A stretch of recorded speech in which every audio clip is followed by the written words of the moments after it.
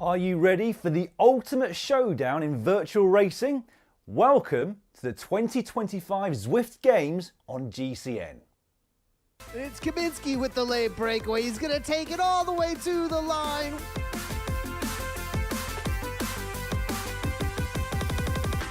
Eagle says enough is enough here. And Freyet is coming across. He's got 4 seconds on the pack. Like nailed Freyet. He's going to do it. Catherine Fuhrer at the front with the feather power-up. She takes her second victory in the Zwift Games.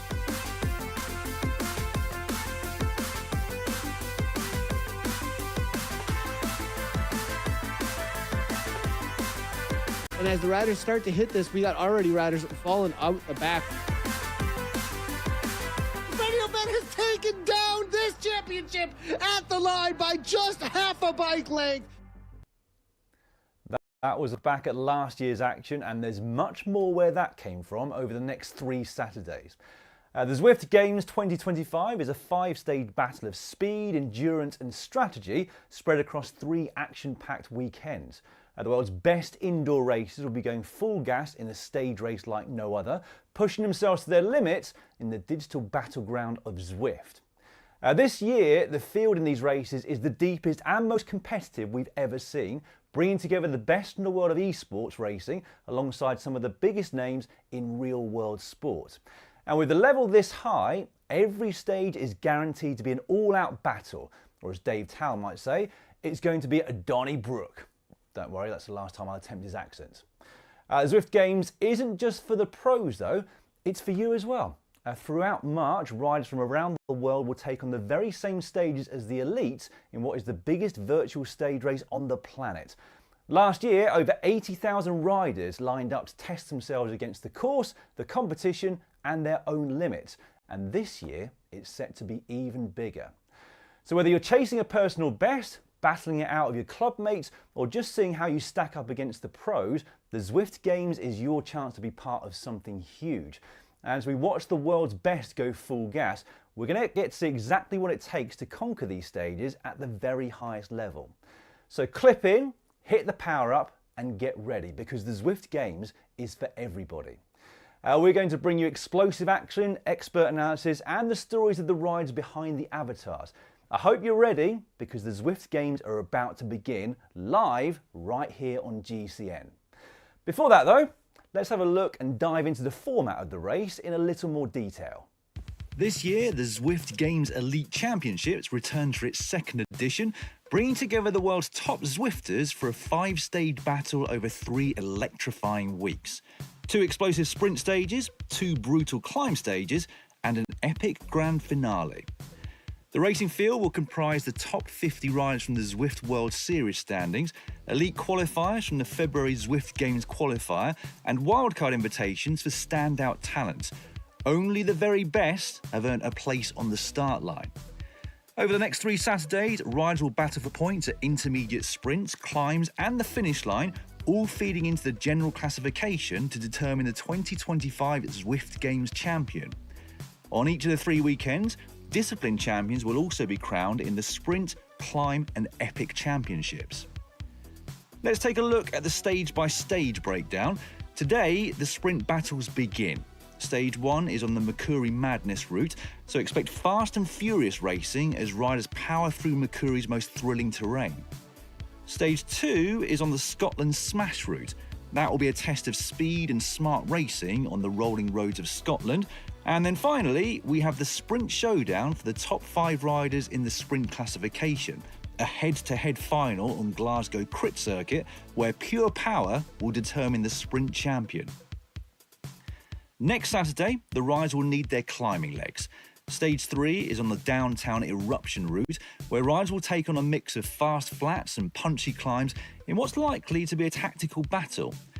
Stage 4 is on the London Uprising route, a relentless stage in the heart of London where only the strongest survive. And finally that day, we'll have the Climb Showdown for the top 5 climbers from stages 3 and 4, a brutal duel up Fox Hill in London to crown the climb champion. And then on March 22nd, it's the ultimate test.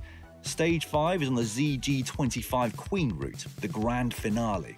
This epic stage will push riders to their limits, and the top 3 finishers on the day will claim the Epic Championship podium. On this day, the champions will also be decided. Every point from all 5 stages is added up, and the rider with the most points takes home the 2025 Zwift Games Elite Championship title. What's at stake for these riders? Well, there's prize money. That's available for the top 30 riders in the general classification, plus 8 champions will be crowned across the sprint, climb, epic and overall titles. These championship winners will also receive the legendary and exclusive Golden Concept Z1 bike. The countdown is on, the world's best Zwifters are ready, the roads are set. The battles will undoubtedly be fierce. Question is, who will rise to the top and claim the crown? So, the Zwift Games are kicking off in style, and today, as just mentioned, the riders face a double, possibly a triple challenge. Stage 1 and Stage 2 both setting the stage for a decisive sprint showdown at the end. But if any rider wants a real shot at the Sprint Championship title, they need to lay the groundwork right now. A strong start in Stage 1 is absolutely crucial. The power, the tactics, the intensity, it all begins here. So let's take a closer look at what's ahead. Stage 1 of the Zwift Games is set in the Makuri Islands, kicking off on the all-new Makuri Madness route. Racers will launch from the electrifying metropolis Neokyo as they charge around the flat roads under the city lights. Towards the end of the route, riders will descend through the caves and enter Urukazi and push towards the tide pool sprint where bonus points will be available. Decisive moves could be made on the small spiral climb before the finish line on the Broadwalk Sprint. That finish, though, is flat and straight, so perfect for a sprint finish. The route itself is 16.1 kilometers in length with an elevation gain of 88 meters. Each racer will get an Aero PowerUp at the start of the race. That power-up makes a rider more aerodynamic and therefore go faster for the same power output for 15 seconds. This game-changing boost could be the difference between breaking away for glory, clawing back to the group after being dropped, or unleashing an all-out sprint for the line. Bonus points available are 10, 5 and 3 for the first 3 riders across the line at the tide pool sprint, which will add to the points available at the finish line, where the winner will take 70. So at just 16.1 kilometres, it's going to be short but undoubtedly brutal. But it is so short, I thought even I might get around that circuit. This is what happened when I took on Makuri Madness just a couple of days ago. I thought I'd give Makuri Madness a go myself. It's only 16 kilometres long, so it should only take half an hour. So I'm in the C group, in the pen, warming up. Let's find out how it goes. 10 seconds to go. It's going to be a hard start. We're off. I'm leading it. I'm wasting all my energy. Oh, this is hard. There's not been much vlogging going on, so I've been at my limit, but I've just gone down the descent. Gives you a bit of respite, there's a kicker coming, and I have a feeling everyone's saving themselves for that.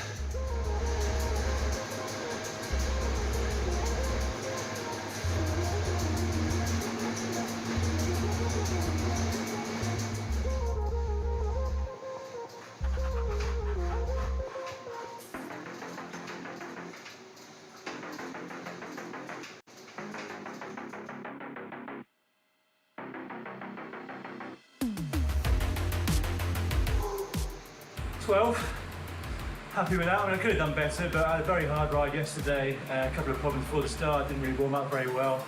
Really could have got top 3, I reckon. Thanks to Jude for doing the vlog again for state to say or do anything apart from try and raise the power at the finish. Everyone was waiting for that final climb, by the way, but thankfully I recovered a bit. There's something in the tank to accelerate. Didn't he do well? I mentioned I got 12th there. I forgot to say it was out of a field of 13 riders.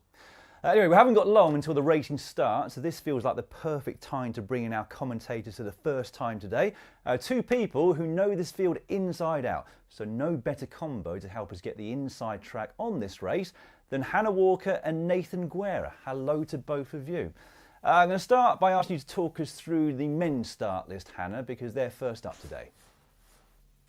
Yeah, they are. But before we get the racing underway, let's take a look at that start list for stages 1 and 2.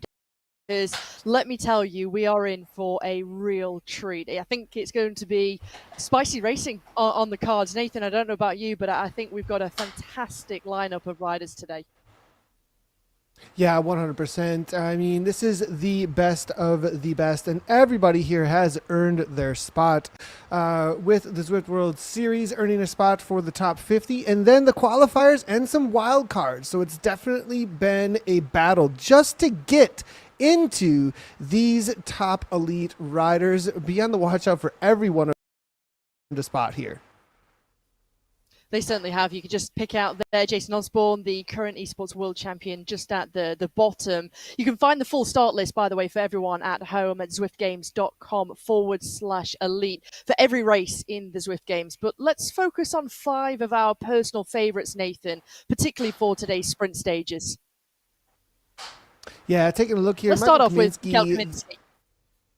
Yeah, Kaminsky here, he's definitely one that knows how to sneak away. He upset the apple cart for everybody last year with the Sprint Championship, and we'll see if he can pull something off similar. People are going to be watching him because of that move. Now, the big hitters when it comes to a pure sprint, look at that 16.1 and 19.2 at the top of those 15 seconds. Holden Camus, a big favorite if he can make it to the line, and it's not too difficult all the way through to drop him off. Vidar Mail, he can suffer through anything to bring that big kick. Now, the other two, though, Hayden Pucker and Johan Noren, being there not necessarily with the big kick for 15 seconds, but if you can ramp up for 1 minute, get a good lead out, find the right wheels, and come over the top for absolute suffering, those two might be able to make something happen with a breakaway or a late 1K or 500 meters to the line. A big question out here today is going to be about when to use those power-ups, though. We've got a very specific tactic out here for points, right? It's not just first across the line for the finish line. You've also got points for grabs early on for those first sprint points. Hannah, what do you think about that? Yeah, certainly. I think it's going to be very, very interesting, isn't it? And I think it's also how riders use that power up. But of course, one rider to watch out for, as always, is Holden Como. And we were able to catch up with him before the first round of the Zwift Games got underway. Hi there, I'm Holden Como. I race for Ceres Esports from the United States. I am a sprinter and really looking forward to the Zwift Games this year. This year, I'm really focused on winning the sprint championships. Last year, I was here and I made it to the sprint championships final. I'm hoping to do that again. I've got some unfinished business, really. I made a tactical error in the final of last year's race. So I'm coming back this year to try to recoup on that. If I make the sprint showdown final, my tactics there are going to be fairly defensive. Have an expectation that a few riders might try to attack right from the start. It's a very short stage, short enough to allow for a big, hard time trial type of effort. I think I've proven that I'm one of the best tactical racers on the platform. So we'll be playing it defensive, drafting as well as I can, trying to get as close as I can to the finish and within range to execute a big sprint. The intermediate points are pretty interesting. In stage 1, it could prompt an early move for the finish. It's only about 2K or 3K from the finish line is that intermediate sprint points. So there could be an opportunity for an early move to happen. That'll be a little bit dangerous. I think it's going to be important to cover that. I opened the car door on my face just in time to be on camera, which is great. Nathan, I like how riders are already thinking about what they can do and improve for this edition of the Zwift Games, having got that experience from last year. Now, of course, each rider will only have one power-up, the Aero PowerUp, at the start of this race here. It's their only one for the duration of the race. It only lasts 15 seconds. But how do you think riders can use this to their advantage? Yeah, I think it's going to be a big question about how much value the riders are putting on the tide pool sprint in this first stage, because there's 10 points, 5 points, and 3 points. Then when you at the finish line, we're talking 70 points with only 1 point difference then all the way down through the placings. And so 10 points can massively change what the final result is for the stage. Well, here we go. As you can see, only 16K to go from the start of the race as it kicks off right from the get-go. Look at this. Ricardo Paniza doing Paniza things on the front. I mean, this guy, he is known for this. And the reason why Paniza is doing this, pure climber, pure breakaway specialist. We've seen him upset the apple cart. We've seen him get away from the pack before. In situations like this, he's going to make it hard on everyone from the get-go, because in a sprint, I don't give him a big chance. But I guess, Nathan, for some riders who are able to deal with that intensity straight out of the block, straight from the beginning, this is somewhere where they can really put a lot of riders under pressure. Yeah, 100%. And keeping the heart rates high then, if you are a kind of rider who wants this to be attritional, I mean, at 15K, we're talking this can be really short, right? I mean, the amount of time spent here is only going to be, I would say, around the 20-minute marker. So essentially, you got to put people outside of FTP. And these guys have FTPs that are pushing up into the 6 watts per kilogram plus. With that being the reality, you're going to have continual attack after attack after attack if you want to make this an actual race of attrition in a very short period of time. The other question then, Hannah, comes in. We've got 2 more stages to go. Do you burn all those matches here, or do you just try and eke through as much as you can to get as close to that top 5 as you possibly can to make it to the final today? Yeah, absolutely. It's a good point to make, because I guess if anything happens in stage 2, you at least can bank on the points you got in stage 1. Do you reckon that takes off the pressure then, if you were to try and score highly in stage 1 here in Makuri Madness, and the pressure is almost off you and it leaves everybody else chasing? I mean, what kind of tactic would you go for here as we just start to see the Belgian Tugels with a slight advantage? He's there with Joel Lewis, the rider from Great Britain. Yeah, and there might even be some agreements here. You know, I think as far as the pressure goes and the way that you're going to play this up front, I mean, you're going to try and get every point opportunity as you possibly can. There's so much on the line for each one of those points opportunities. I don't think anybody is going to necessarily feel the pressure off, because it's only 2 stages. And if you add up both the tide pool sprint and the breakaway bray in stage number 2, that's 20 points for winning both of those. That is a massive jump in the top overall. You could take just top 10s and still be number 1 on the board, actually, at the end of the day, just from taking those 2 sprints and then top 10s in the final sprint. So the pressure is really on in some sense at each one of these sprint points, both the finish line and those intermediate sprint points. Now, this interesting move from Tugels, another breakaway specialist, a guy who likes to just make things very difficult. I wonder if we're going to keep seeing this over and over again, almost like a silent agreement between those who are breakaway specialists to say, hey, if we're going to be involved here, we need to continue to press. And they're obviously not messing around. It is all strung out at the front. And I guess for some teams, and in particular, well, every team really who've got their sports director in their ears, they'll be having that communication through the audio communication that they've got. But I guess also they would have calculated before coming into each stage, and particularly before weekend 1 here, saying, well, if we score this many points, this is where we can finish at the end of stage 1, and then if we can do this in stage 2, this will get us into the sprint showdown. And really, it can be very, very calculated. Oh, definitely. I think there's going to be a lot of calculations going on. The calculators are going to be out adding up points immediately to figure out where things are at. Every factor is going to matter. I just saw Kaminsky throw down 9 watts per kilogram up over the top of Nicola Severa, and they've got a 1-second gap. Now, if they can really establish something, it's going to be the question. But Jason Osborne, current reigning world champion, going right to the front. Joe Lewis also covering this, not letting anything get away. They are being very attentive, because a man like Kaminsky, we've seen it in the past, he can break breakaway and make this stick. 3 riders actually all involved there. Lewis, Severa, and Kaminsky. 1 second. Will they eventually say enough is enough and back off? Andrew Buffington, you can see him there making it into this top 50. Big shout out to him as he now is trying to pull this back together for Team Turbo, it looks like.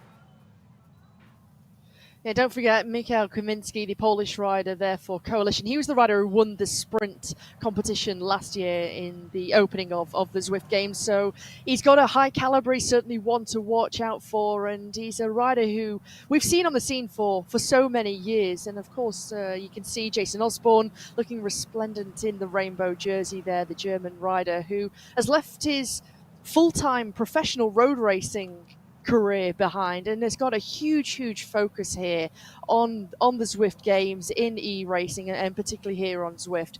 It just shows how important this has been and also the dedication to the training here, Nathan. Look at this now. Hayden Pucker made his way to the front there for just a moment, and then it backed off to 4.6 watts per kilogram. So what we just saw was Severa, Kaminsky, Osborne even getting involved, but then Buffington was in that fourth wheel at the front of the pack, throwing down a little bit. I think his teammate Pucker, Hayden Pucker, we call him Farm Watts here in Wisconsin. He's got a whole lot of KOMs locally to me, honestly. And there's his teammate Joe Chudik.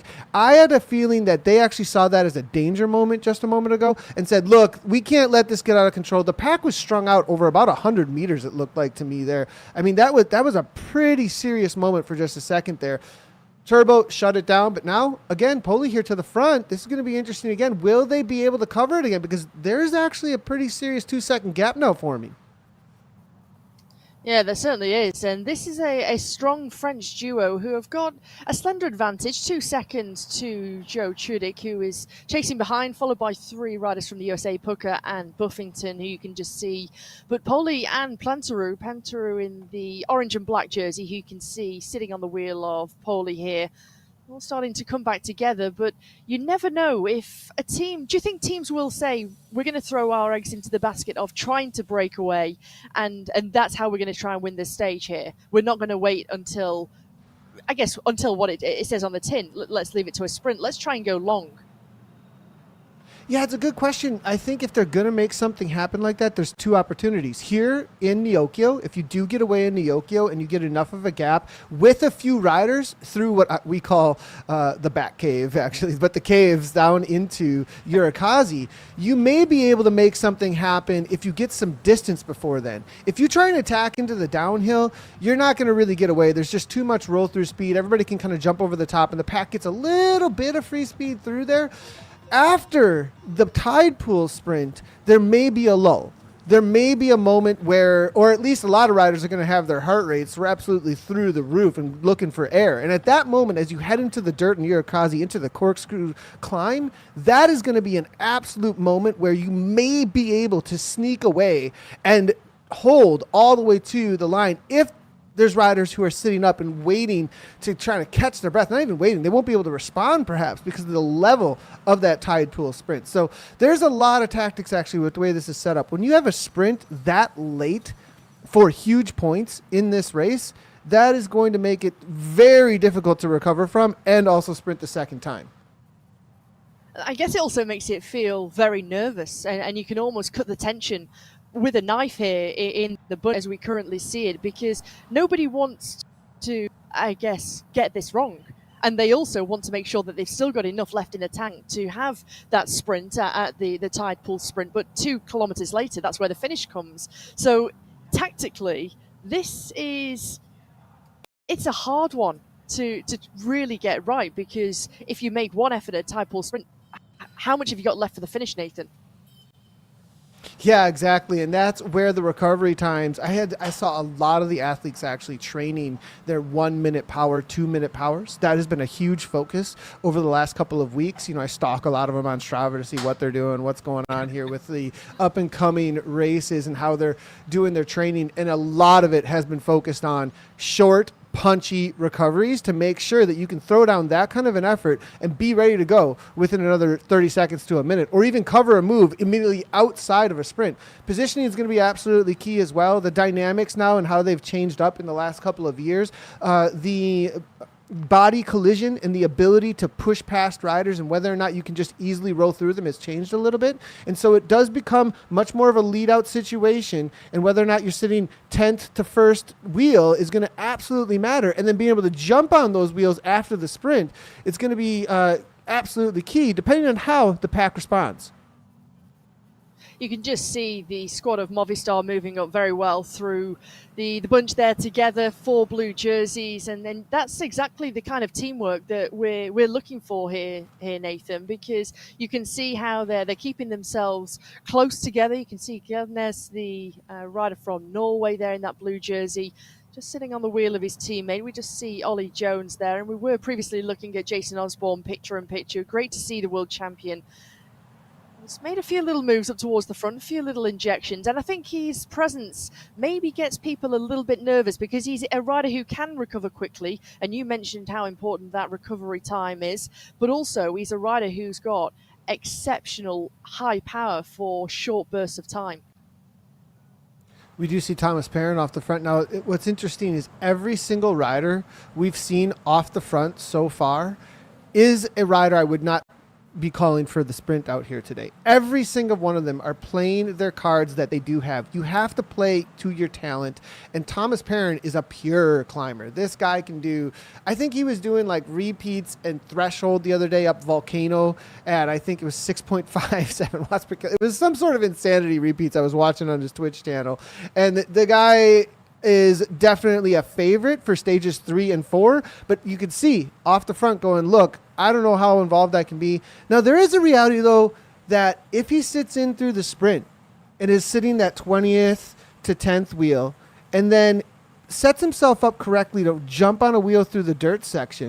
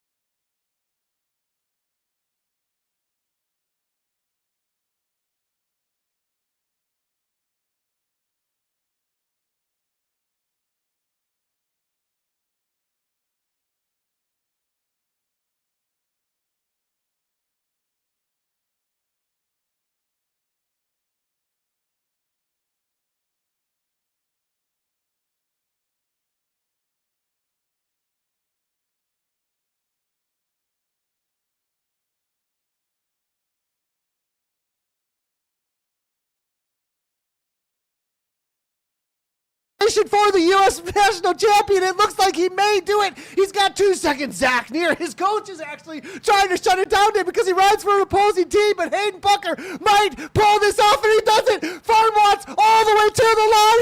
They Turbo set that up perfectly. Takes down stage number 1. Wow. 3 seconds to the good ahead of Nair. Fred in third by the looks of things. Holden Komu, he said 1, 2, 3, 4, 5 for US riders there. But when you take a look at the teams who were up towards the front, Nathan, that was exceptional. Seeing that lead out and being able to pull that off. Wow. They did it perfectly. But you saw, and the way that they did it there, Buffington being the lighter of the few. Let's take a look at these real quick. I'll read these through, and then let's chat to that tactic because that was perfect. Hayden Pucker, 3 seconds to the good. Zach Neer, followed up by Neil Freyette. Holden Commander Bravender Jr. What's going on with the US of A here? 1, 2, 3, 4, 5. Wow. They're the esports specialists, it seems like. Ollie Jones for 6. James Barnes following it up. It's going to be Ruben Dunn, Lionel Viasin, and then Vidar Mail all finishing up with the pack.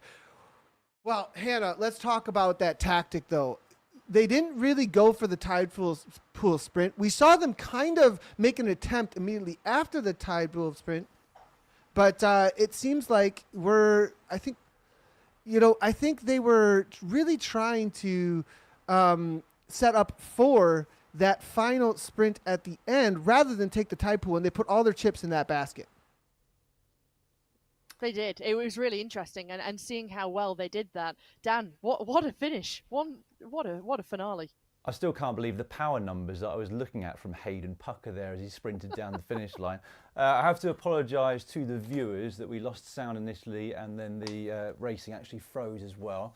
I think I tripped over a cable somewhere, but we managed to plug it all back in. So hopefully we'll be all right for the rest of the races that we've got this evening or this afternoon or this morning, wherever you are.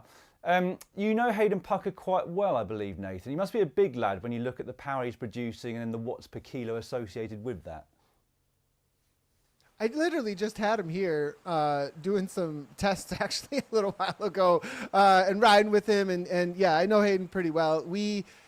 I did battle him for KOMs until recently, and now that's not happening anymore. I don't think that's happening at all anymore.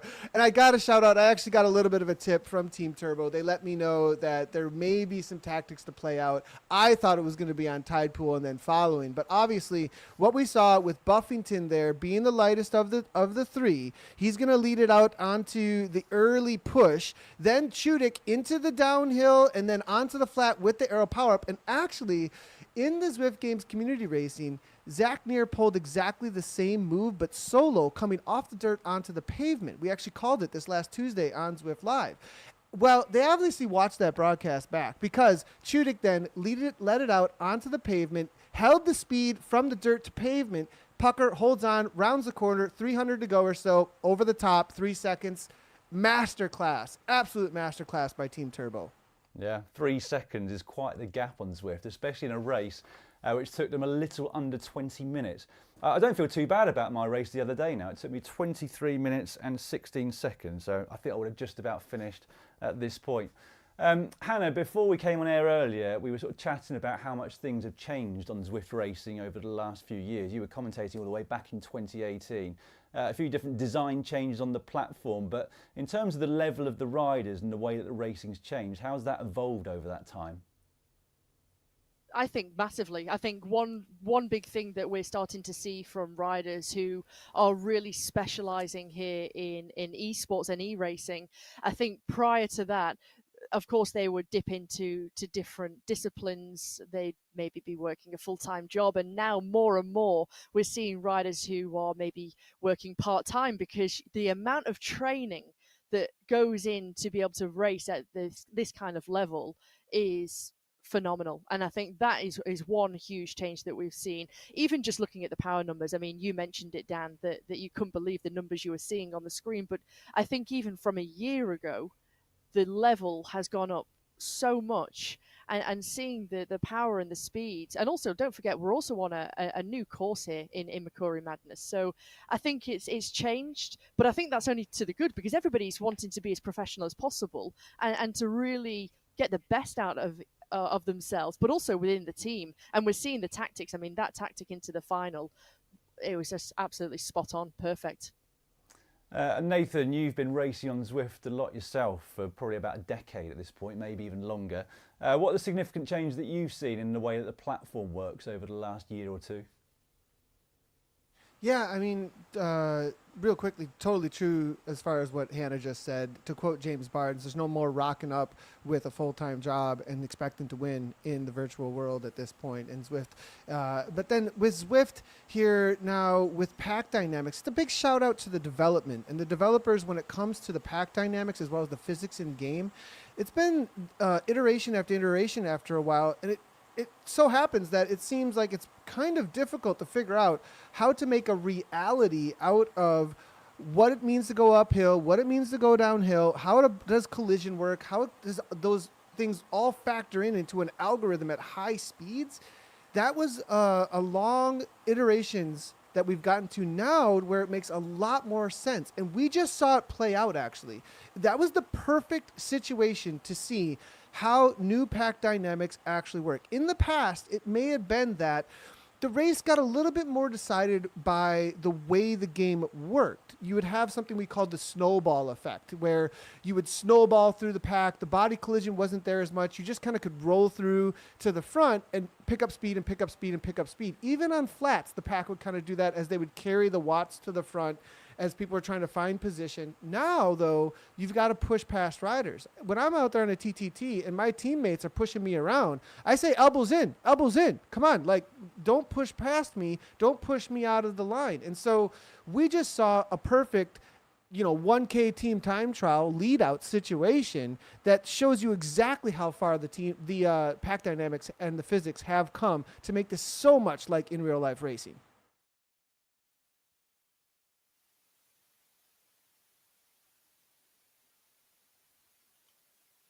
So I'm going to hand back to both of you guys to talk us through the key players of this first race. Absolutely. Yeah, thanks a lot, Dan. Well, there's certainly another fantastic start list for both stages 1 and 2, because when you take a look down, Nathan, there's also a lot of riders. Whilst we've got some returning riders from last year's Zwift Games, there's a lot of riders racing in the Zwift Games for the very first time. So they don't know how this whole experience, how the 3 weekends will work, how they can try and perform against the others. But of course, you've got the majority from the top 50 in the Zwift World Series ranking who are here. And then, of course, 5 qualifiers from the Zwift Games. Yeah, and I do want to also speak to the way things have changed to this start list as well. At this point now, we've had years to find the specialists in this genre. We've had years to get into that genetic lottery pool of the world as the discovery, just knowing that this is a thing in the world. And so now out into all the living rooms of those who are athletes are competing and want to jump into cycling. We now start to get this discovery that brings. Absolutely. And don't forget, we have got those wildcard entrants as well with Emma Belforth. We've also got Kate McCarthy, as well as Pia Kuma being one of the other wildcard entrants, Tilly Field likewise. So it's stacked. And again, this is going to be a very tactical kind of race. Yeah, and you mentioned Mary Kate McCarthy. I mean, the current world champion too. I mean, she is definitely one to watch out for. Now, as far as the pure kit goes, I have a feeling she's more of what we just saw from Farm Watts here. Now, whether or not she's got the lead out train to make that happen for her is going to be a big question mark.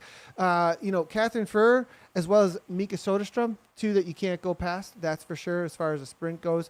But you mentioned Pia Kumar. I've seen her out training a lot, actually, recently in real life, out on some training camps. I think getting ready for this specifically, as well as her in real life campaign over the summer. So Pia Kumar, she can be kind of a dark horse when it comes to a sprint, but that's definitely her forte. So watch out for Kumar.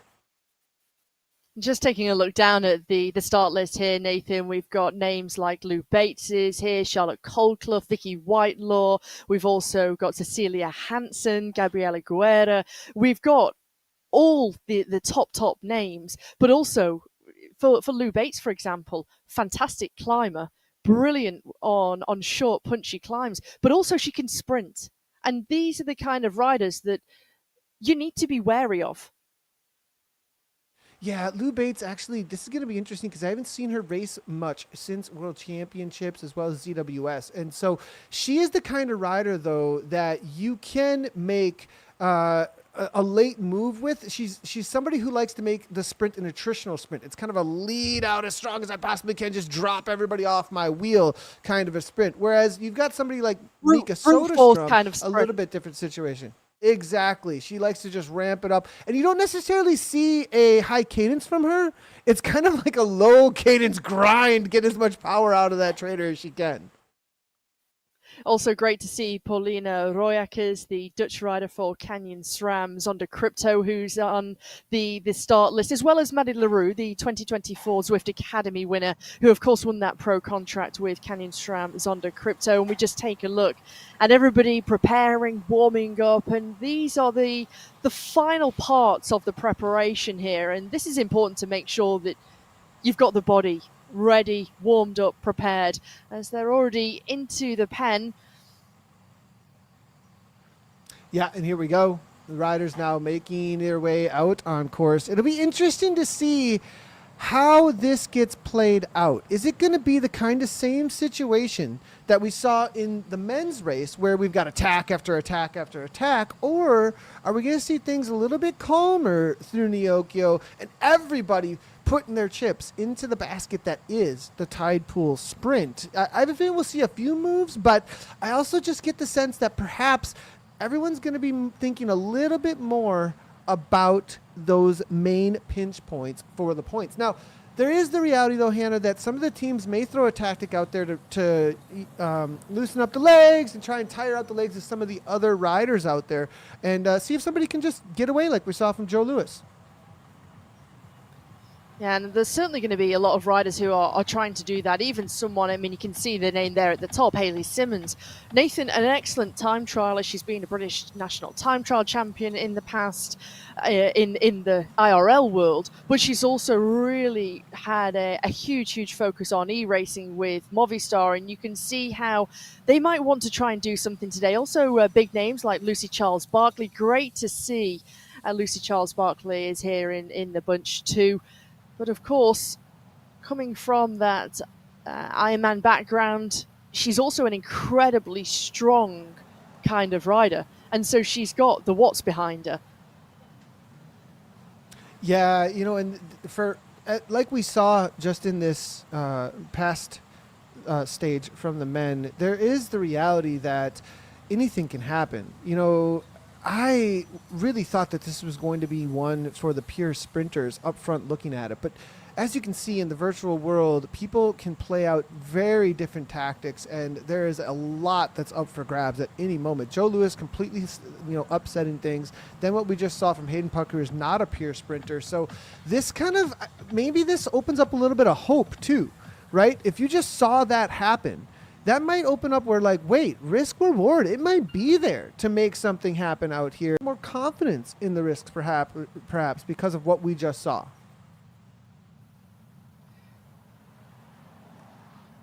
Still all very calm, 35 kilometers per hour currently the race speed, and you can almost sense that it's that calm before the storm. You can just start to see the world champion Kate McCarthy, just a little acceleration there at the back as she moves away, or the Australian champion, move away through from the back of the bunch right to the front there. Still Simmons, who's sitting and setting at the tempo at the moment. You can just see the rider in the blue jersey from Movistar who is there. Tiffany Penner sitting within the top 10. Eilidh Gardiner, a terrific climber. How can she try and fare on a day like today where parkour doesn't necessarily suit her as a rider, but she's certainly a racer. And when she's on that start line, Nathan, there's not much that can deter her from really getting her teeth into something.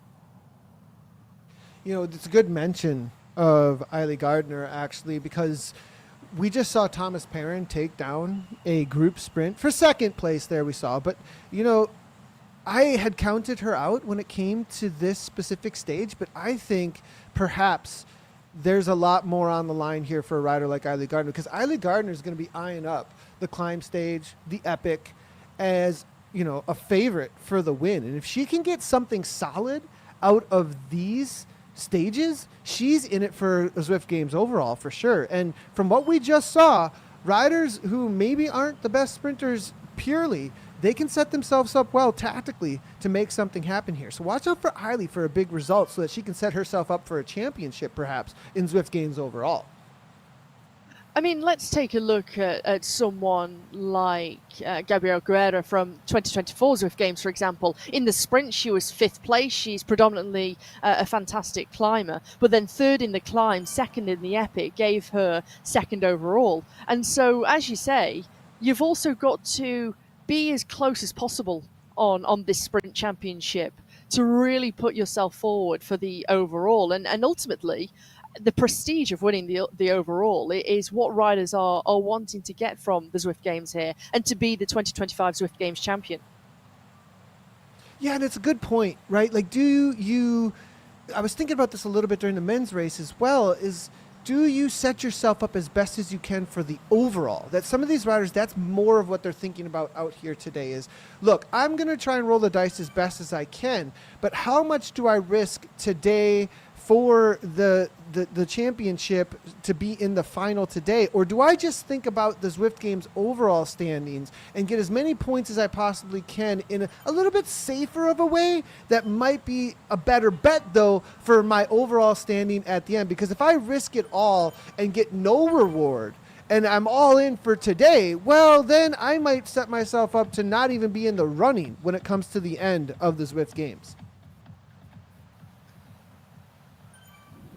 12.6 kilometers to go. Don't forget that tide pool sprint coming a little over 2 kilometers from the finish line before we get into our finish. All very settled at the moment. Kate McCarthy just sitting on the right-hand side of the bunch. Mika Soderstrom sitting at the back as we go on board, picture in picture with Anne Nevin, the Norwegian rider. It all seems very calm right now. It's almost waiting for who's going to make that move first, who's going to be the first to put the nose in the wind and really take this on. And I guess, dare I say it, take the risk, because there's a lot at stake here. And so you don't want to throw away your energy unnecessarily, because don't forget, we've got another stage to come and potentially a third race to come later in the evening, should they qualify into the top 5. Yeah, and real quick mention as well, if you do want to follow along with the Zwift Games dashboard, you can go ahead and find that. If you head on over to Zwift.com, you can find their elite races. So definitely something to be checking out. There's also the Zwift.com/Zwift game that you can find as well for your own personal Zwift Games if you're involved in it as well. All the information, though, over there. Now, a little bit of a push off the front here. Who is this making a move? Is that going to be Haley Simmons actually off the front, or no? I'm seeing I believe that's actually going to be a Riot rider that we saw, or perhaps off the back. Lucy Charles Barkley now as well here, solo at this moment, as you can see. So is she riding for next presented by Insured off the back? Is she struggling here? Perhaps, or is this a move off the front? We'll see if we can get an update on where is Charles Barkley here at this point.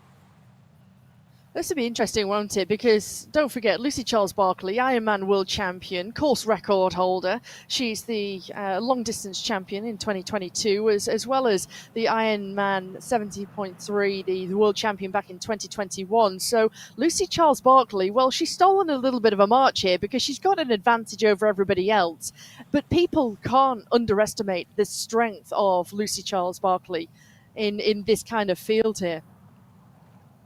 Taking a look at all the riders now, as you can see of them here. Still lots of concentration on the face. I don't think anybody really making anybody serious kind of moves at this point. From what I saw just a moment ago, I think it's all Grupo Compacto still. And there it is. Haley Simmons just on the front, making sure that she is in the right position to cover anything. Lucy Charles Barkley still in and amongst the entirety of the pack. There was just, for a moment there, everyone went into their own worlds, I think, for a second. On our end, not on their end. As, aren't we all? Well, that's kind of the nature of all this, right? Right now, we're all kind of all in our own little worlds and connecting online. So Van Houweling, Exactly. now we didn't. Liz Van Houweling, she knows how to make things happen tactically. She's one of the best when it comes to knowing in-game physics, and she's got a good kick on her. And so because of that, she can set herself up really well, and she's so good at reserving energy. One of the best. She is, and I think if you can really ride efficiently, and we've seen this year after year with Liz Van Houweling, the rider for Next Day Sports, powered by Insured, the way that she races, the way that she's able to time her moves. I mean, in fact, I think it was maybe 2 years ago in Neokyo World when she won one of the races, but she left it so late, and it was just impeccable, her timing. The way how she came through, took a victory, and I think for me, Liz Van Houweling, I mean, you only have to look at last year, Nathan, where she was 7th overall in the whole of the Zwift Games, but she was 7th in the first week, and so it was really her climb that let her down. But the fact that she still managed to hold on to 7th overall after a 20th in the climb, 20th overall in the climb, an 11th in the epic, and then to finish 7th, Liz Van Houweling is certainly one to watch out for today. Taking a look now, it looks to me like Lucy Charles Barkley through the arcade. Thought that was a good moment to give it a little bit of go, and it usually is because the draft does kind of fall off a little bit through there. She got a little bit of a gap, quickly covered by someone we haven't talked a whole lot about, Tiffany Penner. Now watch out for Tiffany Penner for a sprint. She's been putting in big work. I've been seeing on her Instagram actually. She's been in the gym, focusing specifically, it looks like, on big power. That forte, she is coached by Alex, actually one of the best known esports coaches out there, and he has been setting her up perfectly, I think, for this sprint. We saw Penner there cover Barkley very quickly and then back off, making sure nothing gets away that's a little bit out of control. Absolutely, and of course the current Canadian esports champion, 8.8 kilometres to go. Still Hayley Simmons up towards the front. There's Maddie LaRue, the South African rider for Canyon Strands Zonda Crypto, the winner of the 2024 Zwift Academy. As Zutham just gets herself back into, just getting herself and almost slingshotting herself through the pack there, Nathan. If that's one way to get yourself back if you are distanced and dropped. Slingshot yourself, get to the front.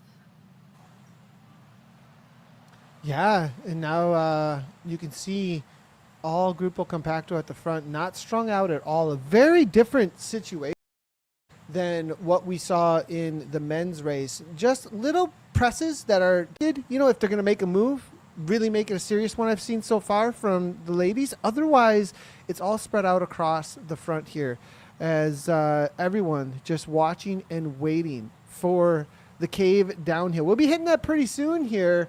It's going to be, I think, about 5-ish K to go to that sprint point. So, but the downhill is definitely a long one that will be interesting. We're taking a look here.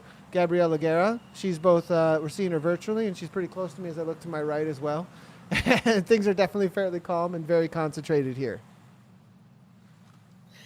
And I guess that's how you've got to be, particularly when you're racing. As you can see, picture in picture there, Gabriel Guerrero, so calm, keeping that composure, because ultimately, Nathan, when you're in this situation, and particularly when you're in a short, intense kind of race, you need to save energy, you need to make precise moves, whether that be attacks or precise inputs of power and to not almost waste the energy, because you know how important it is to save something for the tide pool sprint. You know how important it is to save something for the finish. And so keeping that composure is almost an art in itself.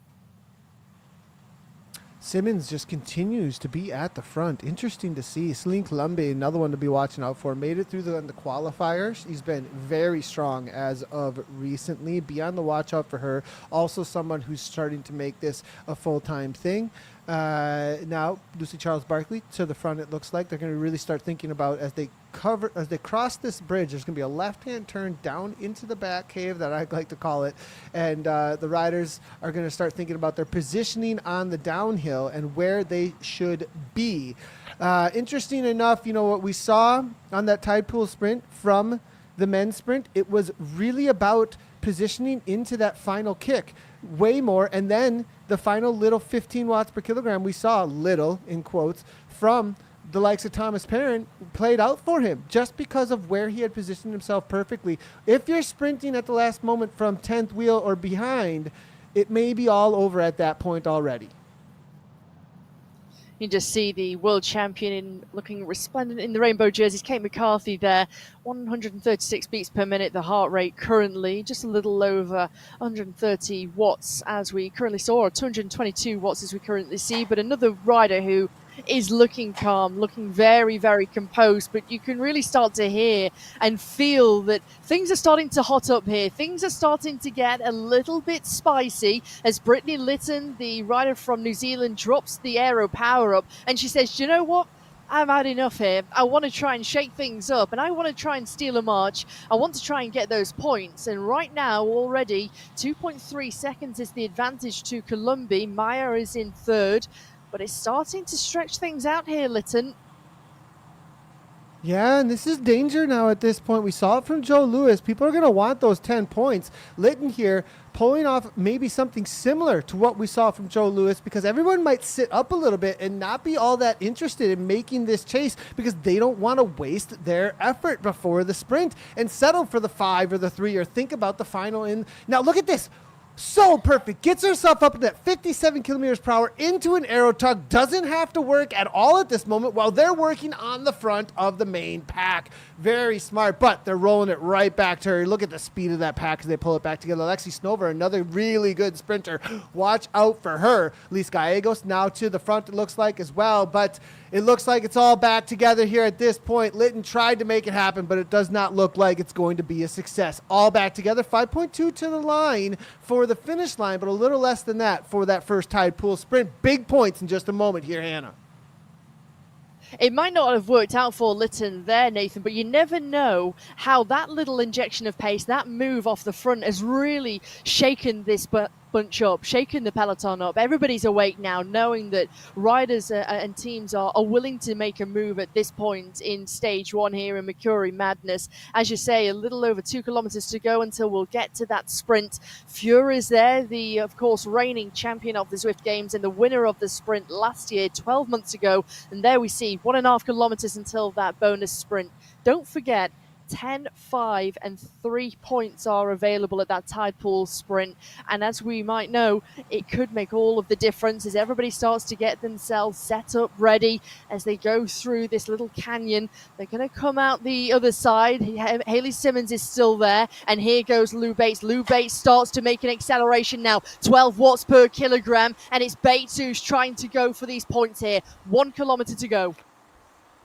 Very early for Bates to make this move. Sarah Roach chasing it down at 10 watts per kilogram. It looks like Mira Hokoff also there. It looks like Fur sitting fourth wheel. Gabriella Norden there right with her as well. A little bit of a gap for Lou Bates. We talked about this. Will she be able to make this work for her? And as Svartstrom now at the front, 6.6 watts per kilogram. Is there a lead out train to bring this back? It looks like it is going to be coming back. This is going to be a big suffer point for Bates. I think she may not be able to pull this out. Now it is downhill from here. They're sitting up behind. This may work out. Mika Soderstrom at the front. Lise Gallegos with the lead out. It looks like Lise Gallegos is now to the front here. 5, 6, 7 watts per kilogram here from Lise Gallegos. She's got to pull her team all the way to the line if she's going to make it happen, but she sits up. Kate McCarthy goes. The world champion now on it. Looks like McCarthy's now making it a big dig to the line. 10 watts per kilogram from her. I think Kate McCarthy's going to be able to pull this off for second, but Lou Bates here for the win across the line. Fur now kicking as well, but was McCarthy catch her? McCarthy does it. Kate McCarthy takes down 10 points at the line. Wow. Timed that to perfection. World champion in the rainbow stripes. Looking resplendent. 10 points into the pocket of McCarthy. Lou Bates, well, she hangs on for 5 points with Katrin Fuhrer, the Swiss rider, the defending champion here in the Zwift Games, picking up the 3 points. And look how much and how hard that effort was to try and close things down, Nathan, to Lou Bate, but right again over the top with an Aero PowerUp. Here goes Eiley Gardiner. I think Eiley's gone. It looks like Eiley may be able to pull this off if nobody chases her down. Kate McCarthy now kicking at 8 watts per kilogram. Are they going to actually chase her? It's a lot of risk. Mad LaRue now kicking with her Aero PowerUp. That's a very early move from Mad LaRue. 1 second up the road, it looks like here. Now 2 seconds. Eiley Gardner, 7.5 watts per kilogram. She can hold this for quite a long time. She may be able to get the distance that's needed, but they're going to shut down a lot of this on the climb for the corkscrew in just a moment here. But as you can see, the reality of the attrition out here is insane. It certainly is, Nathan. And I mean, you only have to look at those numbers. For Eiley Gardner right now, 6.3 watts per kilogram. And you can see that she's holding that 3-second advantage over Holdcroft, Kuma, Closer, Ekstrom. Also, Soderstrom is still there, as is Gallegos. Nevin is sitting in the top 12, as is Fura. And she's able, and if she's able to hold this is going to be mightily impressive. She's gained another second, 2 kilometers remaining. We're coming up, we just clicked over 20 minutes of racing so far. Stephanie Sidley. But the question is, who's going to chase at this point? Who's going to put all of that resource and energy into closing Gardner down to try and take the points? Do you think everybody's just going to wait now That's a big question. and almost go for points? I think they're looking at the corkscrew to bring this back. I think that's going to be their main push. And Maria Holdcroft now, as you can see, at 7.7 watts per kilogram, looking to match Gardner. The question is, do they push over the top? That's the big question here at this point, as to whether or not they're going to be able to catch Gardner. 7 watts per kilogram still from Gardner. Celine Colombe now pressing at the front, 7 watts per kilogram. Matching her, now doing better than her on the climb. McCarthy now sitting at that second wheel, just ready to pounce here still at this point. Guerra now making her way to the front here on, it looks like, Kate McCarthy's wheel. Will there be separation right here is going to be the big question. They've got her within sight, but they've got to close it now if they're going to make it happen, it looks like to me. Holdcroft still pressing at the front, but now the big risk is, do you just become a lead-out train for everybody else? That is the big question. Everybody holding. There's the world champion sitting within the top 5. Number 1 on the back, that's Katrin Fura. Number 2, who you can see there, just moving on the outside, starting to move forward. You've got Beast Mode Power by Rose starting to move forward. Here goes Gallegos. Engstrom is right on the wheel, as is Charlotte Colclough. We're inside the final 1 kilometer. Gardner still has 4 seconds. Van Houweling is sitting, waiting, ready to pounce as Roy Ecker starts to move forward for Phoenix to Koenig. This is perfect timing, and Lucy Charles Barkley's there too. Very early go here now, it looks like, as it's going to be Haley Simmons to the front, Sophia Giovanni as well. Simmons now looking to chase things down. Gardner still within striking distance. It looks like that's going to be able to happen now as the kick now starts to open up. It looks like here, all in. Lisa Hermanson now 6.8 watts per kilogram, but no orange numbers just as of yet. They're timing it perfectly. Here comes the Aero PowerUp from Celine Colombe. Colombe now to the front. Maria Holdcroft as well. Now it's going to be the big kick to the line, 200 meters. Catherine Furs right there. Here comes Kate McCarthy. 9.8 watts per kilogram. McCarthy now to the line. Celine Colombe leading things out. Hermanson there as well. Who's going to take this down? It's a big train, but it's going to be McCarthy. McCarthy with the Aero PowerUp all the way to the line. Soderstrom burst. McCarthy right to the line. Who takes it down? Kate McCarthy again, showing that she is world champion-like material. Wow. Winning the sprint at Tide Pool Sprint, and then winning the finish to win stage 1. Absolutely incredible. She's not world champion for nothing. That was absolutely incredible for Kate McCarthy. Kate McCarthy here. Nathan, that was impressive. Throwing down. Yeah, absolutely impressive. World champion, showing why she is incredibly strong out here today. Throwing down, taking both the sprint at Tide Pool and the overall here at the line. It looks like McCarthy now just by 0.29 of a second. Mika Soderstrom, big sprinter here now for second. Alexi Snover followed by Maria Holdcroft. Catherine Furr in for that 5th place. Marlene Vjarhid in 6th. Kristen Kolchinsky with a solid kick. That's amazing to see from Kolchinsky. 8th goes to Guerra. It looks like Cecilia Hansen in 9th. And then Kimberly Hoekstra in for 10th.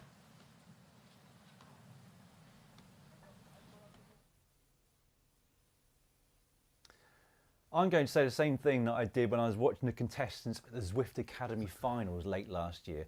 I almost feel guilty watching the pain that the riders are going through. I think especially tonight, because Hannah, they've got to do it all again soon. I mean, that was incredible from Kate McCarthy. Like you said, to take the tide pool sprint and the finish in the way that she did. So perfect timing, unbelievable power as well.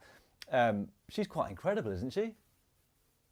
It is incredible. And I think to be able to recover in such a short space of time and then to still have something left and still bank on the fact that you believe you've got the sprint and the power at the end to try and bring back a solo rider. And Eilidh Gardner is no slow coach. Let me tell you, she's incredible on a bike. And the gap that she had there of 4 seconds, I mean, me and Nathan were a little bit thinking this is going to go all the way to the finish line here. So incredible from Kate McCarthy. That was absolutely exceptional. I was going to talk to you a bit, Nathan, about Eilidh Gardner, because that was quite the attack that she put in. I was looking closely at the data that we saw on screen. Quite a low cadence, so she was up at over 200 beats per minute, so clearly putting a lot of effort in. The cadence right down at 70 though, it's something I noticed quite a bit with the Zwift specialist. Do you tend to notice a lower cadence at home there in the pain caves than you do out on the road? Yeah, it depends on what kind of an effort you're getting into. If you're in a sprint situation, I would say that a high cadence is definitely really important in order to get as much power out of it for those short bursts as you possibly can. But at the same time, once you kind of get into a grind in a breakaway situation, trying to find as much force into those pedals as you possibly can to produce that power, it's definitely something. Up and out of the saddle, force type grinding, something to even work on, especially I've seen a lot of times, a lot more force workouts, low cadence workouts in a indoor specialist type training program. And just going back to Kate, Hannah, how impressive is it? I mean, you've raced a bike a lot in the past. How impressive is it to back up the sprint that she did to get the 10 points at the intermediate and then still win at the finish? I mean, Lou Bates, she came across the line in second place at that sprint, having made an attack, but was nowhere in the top 10 at the finish. Kate McCarthy got both. It is. It's really impressive, and I think you can't underestimate how hard that is to be able to. I mean, let's not forget Lou Bates had the advantage, and so Kate McCarthy was coming from behind to have to close several seconds to Bates, who had that advantage. And so the fact that she was able to do that, of course you've got the draft benefit from Bates in front of you, but for McCarthy to be able to do that, then recover, still be in a good position, still be in a good place, and still be able to believe that you can sprint. I mean, there's no denying that is incredibly hard to do, and especially when we saw the effort it took out of her at the intermediate sprint at Tide Pool Sprint, and we saw the picture of her, you could see physically how much it had taken out of her. So to be able to do it again, only 2.7 kilometers later, is, I think everybody's going to be wondering now, how can we beat Kate McCarthy here on the sprint here at the Zwift Games on week 1? From what I've seen so far, that's going to be quite a difficult question to answer. She was absolutely incredible. Yeah. I was going to rewind to the earlier part of the race, because to me, and I'm no expert on this, so I'm going to ask you to, Nathan, it looked very cagey to me for the first few kilometres of that race. Yeah, the riders were really just thinking about Tide Pool Sprint is what it looked like to me. We saw one move from Lucy Charles Barkley through the arcade to try and make something develop, perhaps get a couple of riders off the front. Immediately it was covered, and with that fast of a cover and everybody knowing what was coming, then we did see Brittany Litton. She made a little bit of a move on the downhill. Again, on the downhill, we saw a couple of teams and a couple of riders start to make their way forward, shut that down quickly, and then it was just all about the Tide Pool Sprint. So I think riders definitely were saving everything they had, and we see exactly why. We saw 11, 12, 13 watt per kilogram sprints, followed up by 5 watt per kilogram for position, fighting continually. Eilidh Gardner attacking off the front, having to close that down, corkscrew immediately into a sprint. What was the time for those last 3 kilometers? You're essentially just in the middle of an intense 3-minute interval session. Yeah, well, it was an intense race full stop, wasn't it? 22.5 minutes. No wonder everyone was so shattered towards the end. But anyway, that does mean that stage 1 is now done for both the men and the women. But next up, we have got stage 2 of the Zwift Games 2025. Now, for the majority of racers, this will be their final race today, but for 5 men and 5 women who finished highest in the overall standings from stages 1 and 2, they'll have one final deciding race, the Sprint Showdown, to decide the Sprint Championship podium. Anyway, stage 2 of the Zwift Games is in Scotland on another brand new route. Bit more rolling than stage 1, but the fast flowing nature of this route is going to be action packed. Let's take a closer look at it. Stage 2 of the Zwift Games takes us to Scotland, where riders will battle it out on the brand new Scotland Smash route. The race kicks off in the heart of the city, charging towards the champion sprint before diving into a fast technical lap of the Glasgow crit circuit. That's where the infamous Clyde kicker is sure to test the legs. From there, riders head north towards the lock, where the peloton will explode on the brutal breakaway Bray, a key battleground for the crucial bonus points. After a final lap of the Glasgow crit circuit, riders will face a long incline to the finish line at the Lock Loop Arch. The route is 18.1 kilometres in length, with an elevation gain of 167 metres. Each racer will get a draft power-up at the start of the race, which increases their draft strength for 40 seconds. Will they use it to stay tucked in the pack and recover, or chase down a daring attack? The right move at the right time could change everything. There are 10, 5 and 3 bonus seconds for the first 3 riders across the line at Breakaway Bray, which will add to the points available at the finish line, where the winner will take 70. So, slightly longer than stage 1 and quite a lot more elevation gain over that 18 kilometres. The power-ups are also different for stage 2. So each rider will hold a draft power-up once the race starts, which is their only power-up for the duration of the race. It's going to last for 40 seconds once they deploy it, and it makes it easier for a rider to draft off the others in the race. Great if you want to lower your power a bit to recover and maintain your position. It can be used to suck the wheel of another racer if they break away from the group, and also it can be crucial in the final sprint to position highly. As long as it isn't used when you aren't behind another rider, well, it will have no effect whatsoever. Right, the next race is very quickly coming upon us, so I'll hand you back to Nathan and Hannah. Well, thanks a lot, Dan. Riders warming up, it looks like. Hannah? Yeah, they're getting themselves prepared. Of course, it's almost a case of just keeping things ticking over, isn't it, Nathan, after that first race? Just keeping the legs going, almost trying to get rid of some of the lactic acid in the legs at least, and almost starting to prepare themselves. And as Dan said, this for many of this whole field is going to be their final race of this evening, this afternoon, this morning, wherever they are around the world. Yeah, and for the others, there'll be 5 riders that'll be going through to the sprint finals for a very short showdown on the Glasgow course. Very. So a lot of Scotland that we're going to be looking at here in just a moment. Yeah, there certainly is, and I do think this is a kind of course as we're underway. You see Tugels at the back here, as well as Vida and Linda just moving its way through.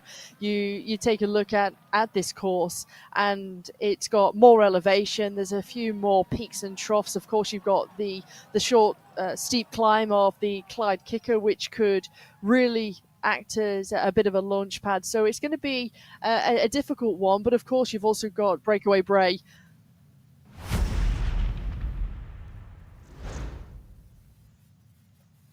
Well, riders here now making their way down the Champions Sprint, not for the sprint, but just making their way out on the course. And that is, they get a little bit of a preview of that Champions Sprint that will feature in the Showdown final.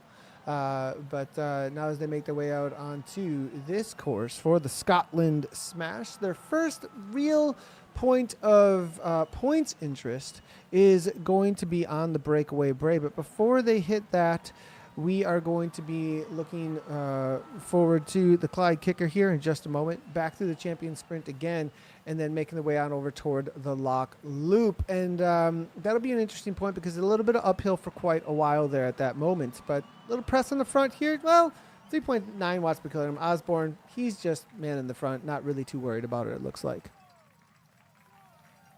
And I think for Osborne, he knows how to deal with these kind of short, intense races, to be honest, Nathan. And one rider we haven't seen too much of so far is Freddie Ovett, of course, the 2024 champion here in the Zwift Games. You can just see him picture in picture. He's another rider who has got, and you can see him sitting in the middle of the pack as well with his avatar number 1 on his back. He's another rider who has got exceptional tactical nous, but he's also got the physical capabilities to go with that. Yeah, he does. And now Ovett here, the champion from last year. Be interesting to see where he sits in the overall here at this point, as he's on that Golden Tron, as you can see. And somebody who perhaps will have a good time on this specific course because it has a little bit more attrition into the actual sprints themselves. You're going to have some uphills. Well, they're actually both either led into by an uphill or on an uphill themselves. The Clyde kicker for the first time is Peniza looks to maybe try and get a little bit of a separation. There is a roller coaster after this, making your way back on over to the champion sprint. A lot of the riders just trusting it'll all come back together, but I love to see what Ricardo Peniza likes to do off the front, try and make something happen. Joe Lewis upsetting everybody with that 10 points last time through the tide pool sprint. So Peniza and Lewis, danger men, roller coaster now on the front. Hayden Pucker now getting involved, it looks like, with Thomas Perrin too.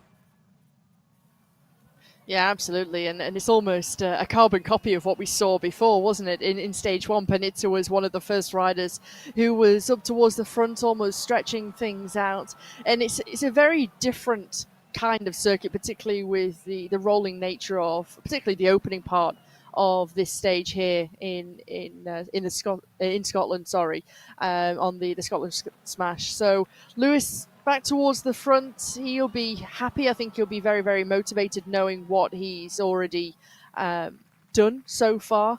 But you can just see on the right-hand side in the positions, you can see the blue little thumbs up there with the amount of ride-ons that each rider has got. So anyone who's watching at home, by the way, you can get involved. Open up your Zwift Companion app. You can find the riders. You can give them a ride on. And I know, particularly if you're in the Hurt Locker, Nathan, it's always a nice little bit of encouragement, isn't it, to have that ride on, to have the support from the community, have the support from the fans. And you can just see a couple of them being stored in the back pocket of Puka, number 52. Quick little update to everybody. Apologies on the loss of the feed on the last stage, on the stage 1 for the men. What happened at the intermediate sprint, since we did lose those images, we saw Joe Lewis make a breakaway situation work out. That's why we talked about that with Brittany Litton on the downhill, perhaps being able to repeat what we saw from Lewis. Joe Lewis attacked into the downhill, into the cave, and then was able to hold on to, I think it was 3 seconds by the line. We thought he was going to be caught, but was unable. They were unable to catch him, and held on for those 10 points. Then we saw Thomas Perrin throw down a solid 16, I think, maybe 15 watt per kilogram sprint all the way to the line with Harvey Yeldings, then taking the 3 points for third across that intermediate sprint. So that was the situation. Joe Lewis, Thomas Perrin, Harvey Yeldings taking the tide pool sprint in that order, but it was Lewis with that breakaway. There you can see the rainbow jersey up towards the front once again. Jason Osborne, who we're seeing picture in picture, 156 beats per minute currently. And another rider who has got an exceptionally low cadence, 64 revolutions per minute there, Nathan. But it always seems to be a great way that he likes to ride with that low cadence. It sort of works for him. It is something that we see time and time again, and I know it's something that Dan posed to you before, but that was another great insight into the top flight level riders here. Looking at it, it's going to be Severa now, 5 watts per kilogram on the front. Was trying to make a little bit of a move at 6 as they make their way over toward the lock loop here. We do like to call this the postcard, this section, as you can see exactly why as we back the camera out here for just a moment, as they're going to make their way past the castle. Little negative 2% gradient for a moment, but then it's going to be a steady little grind up toward the other section of Scotland where there is start/finish banner. And the other area where there are pens that you can start from. This will be a quick little preview of what we will see for the finish on this. We're going to make our way through this one time, and then over the top through what will be the finish banner in about a quote-unquote lap. But first, they do need to descend down toward the breakaway bray.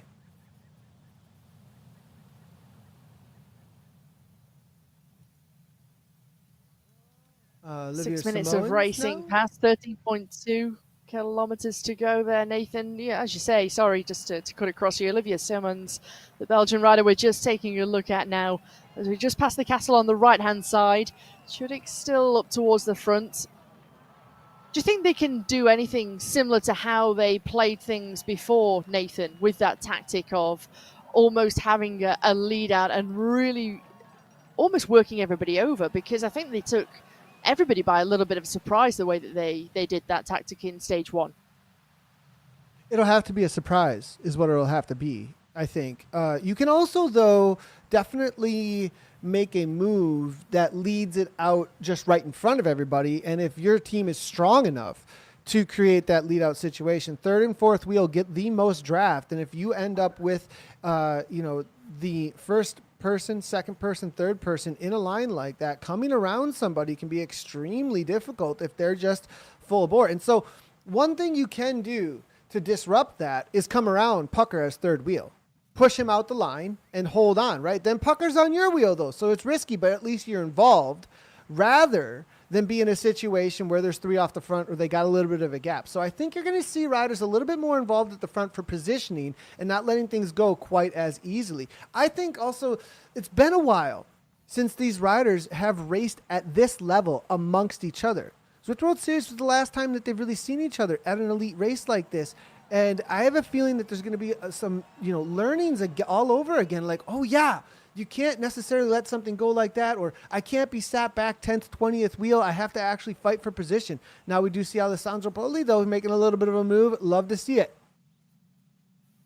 You say about pushing people out of the line and really fighting for your position. Now, for anybody who's maybe watching for the first time, Nathan, and they're maybe used to watching IRL racing, and of course, people are always jostling, fighting for position and wanting to hold the wheel of the teammates. How does that work here in Zwift racing? How does that work in a virtual sense? Yeah, so essentially you take up space, right, with your avatar. And so with that space that you're taking up, the avatar looks for the best draft that it can find that's in front of it. And then you, as you push your way next to another rider, if you're both doing about the same speed and the same watts per kilogram, then you're going to hold there steady next to each other and stay in the draft. But if you do a little bit more, you'll press the rider away from the wheel that's in front of you. And you'll be able to then grab onto the wheel that's right in front of you and push that rider aside, essentially, depending on what the speed differentiation is and the power differentiations are. So because of that collision, what we call body collision, you're able to actually use the power in your pedals in real time that kind of act like you would think in a video game controller. That's the way I think about it, or at least the way that I experience it, is when I am in game. I think of my power to my pedals at every moment as an ability to push up on a rider or push them out of a draft or get ahead of them into a draft, essentially. It becomes very obvious when you're on the pedals, actually, as we see Timothy Rugg now pressing on. Here's another little kick now. Leonard Tugel's now coming to the front. Timothy Rugg, though, trying to hold on, but there's Joe Lewis again as they make way over this punch. It's going to be up and over this punch, 800 meters only. There's going to be a left-hand turn through the lock loop here in just a moment, and then there's a little cutoff to a left-hand turn, and then right onto the breakaway bray, and this is the first kick before we're really full gas to the line for those first points.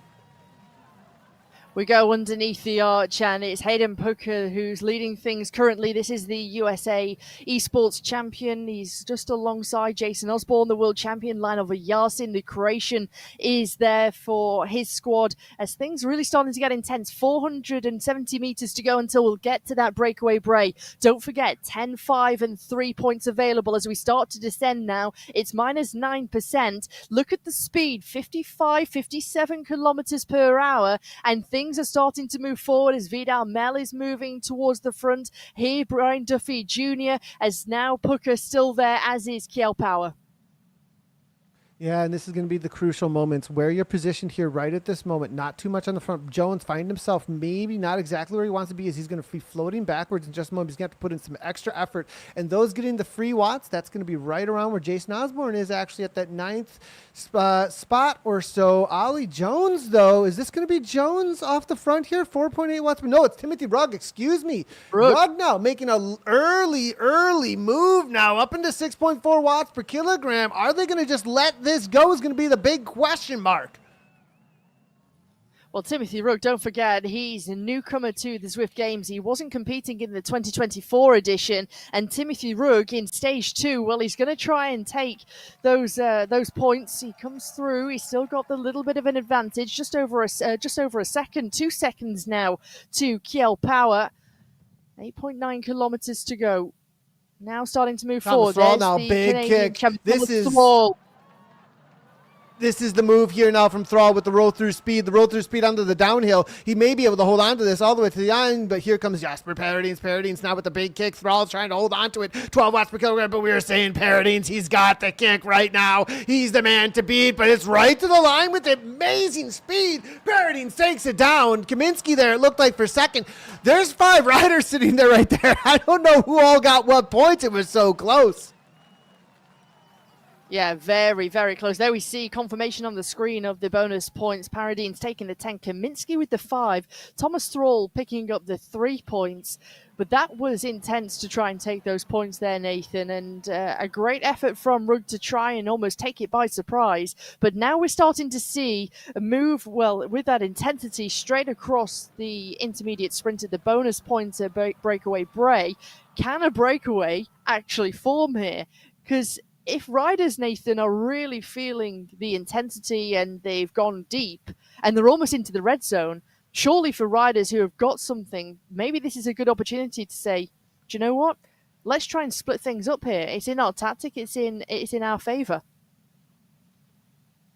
Yeah, and I thought perhaps Pucker was going to come up over the top of that. The kind of speed that he rolled through with there, I thought maybe it was a moment. Now, Freddie Ovid here looking to take advantage perhaps of some riders being in the hurt locker. 6.5 watts per kilogram is nothing to wink at. Ollie Jones jumps right on it. Looks like Hayden Pucker sitting in that third wheel. He's going to jump on this as well at 5.4. I think this is going to most likely stick together.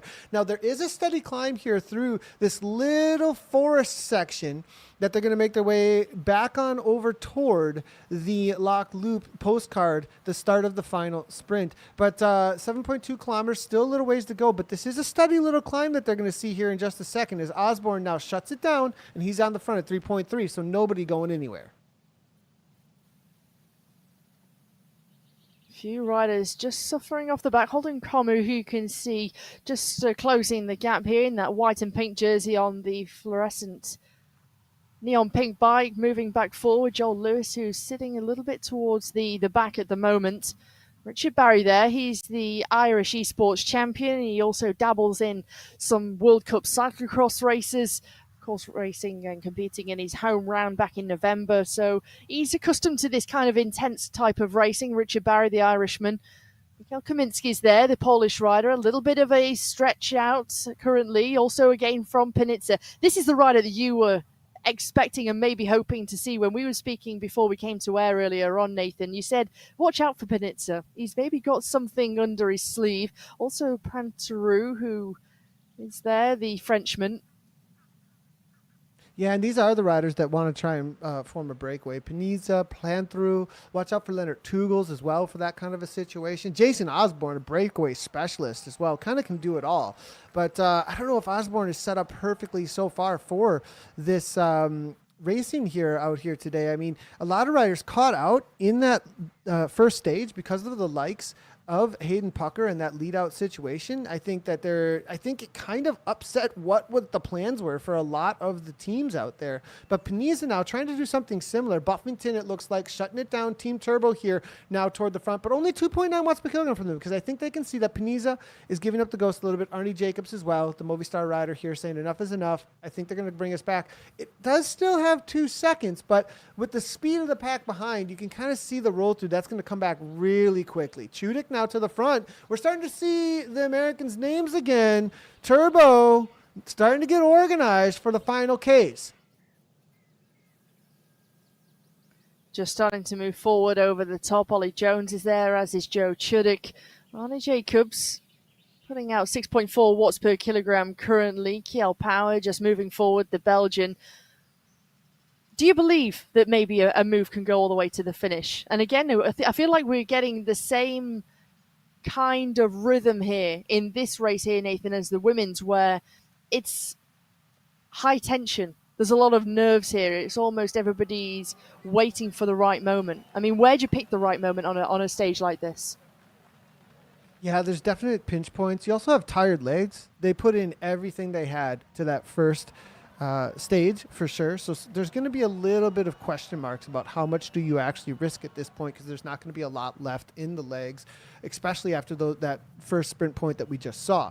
Now they're going to hit the Clyde kicker, and because the Clyde kicker followed up by the roller coaster down to the champion sprint and then on into the race finish with that uphill through that postcard section, you know, there's specific pinch points out here, and I think the riders are waiting for them. This is going to be one of them right here, right now. Ollie Jones to the front, 6.3 watts per kilogram, not massive. If we start seeing something into that 10, 11, 12, then you know we're on to a real serious attack. But it looks to me so far like the riders are a little bit more interested in sitting in. Perrin now 11.8 though. Will there be any separation? If there is, Zhao Power now going across. This is what we're talking about, 12 watts per kilogram. That's a little bit more serious. It'll get a gap. Will they be able to roll with it? And that's really started to see an influx behind, because you start to see those numbers there. Lionel Vyasin, 10.9 watts per kilogram. He moves himself up the Croatian rider. And so just one injection of pace from one Nathan is really the catalyst for everybody else. And it almost kickstarts the action here. 4.1 kilometers to go until we get to the finish line. 18 minutes of racing is complete. Don't forget, we've still got the champion sprint and then that climb up to the race finish. Don't forget, there's many, Nathan, who've still got the power up as well. Yeah, the drafting power up's a big one. It's a big one, especially coming into the race finish. It's going to be an uphill drag into a flat and out through the roundabout. And so that's going to make things even more interesting, because it's through a roundabout actually into a finish line on a flat. The speeds can really pick up and you can get a little bit of distance actually through that section. Now we saw Kaminsky win through this section last year, but it was for the actual final win on the champions. On the champion sprint, actually, he was able to break way through. I was wondering if we were going to see a repeat for that, but a 3-kilometer break instead of a 800-meter break or something along those lines. Looks like nobody's going to take that roll through speed on that extreme downhill on what I like to call the roller coaster section of the Glasgow course here. So at the front, Vyasin now 7 watts per kilogram. Yonsei Honda. Nice to see the Japanese rider now also hanging in tough as we make our way again. Plenty of riders still involved here, all sitting in and waiting for those final kicks.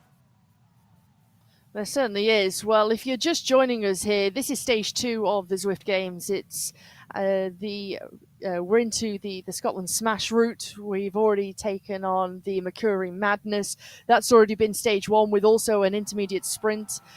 We also had the breakaway brace intermediate sprint here, so points available. Don't forget, for many of these riders, this will be the final stage of the first weekend of the Zwift Games, because only 5 riders are going to move into that sprint championship, into the sprint finale, and take on a third race. So only 5 riders will make it through there.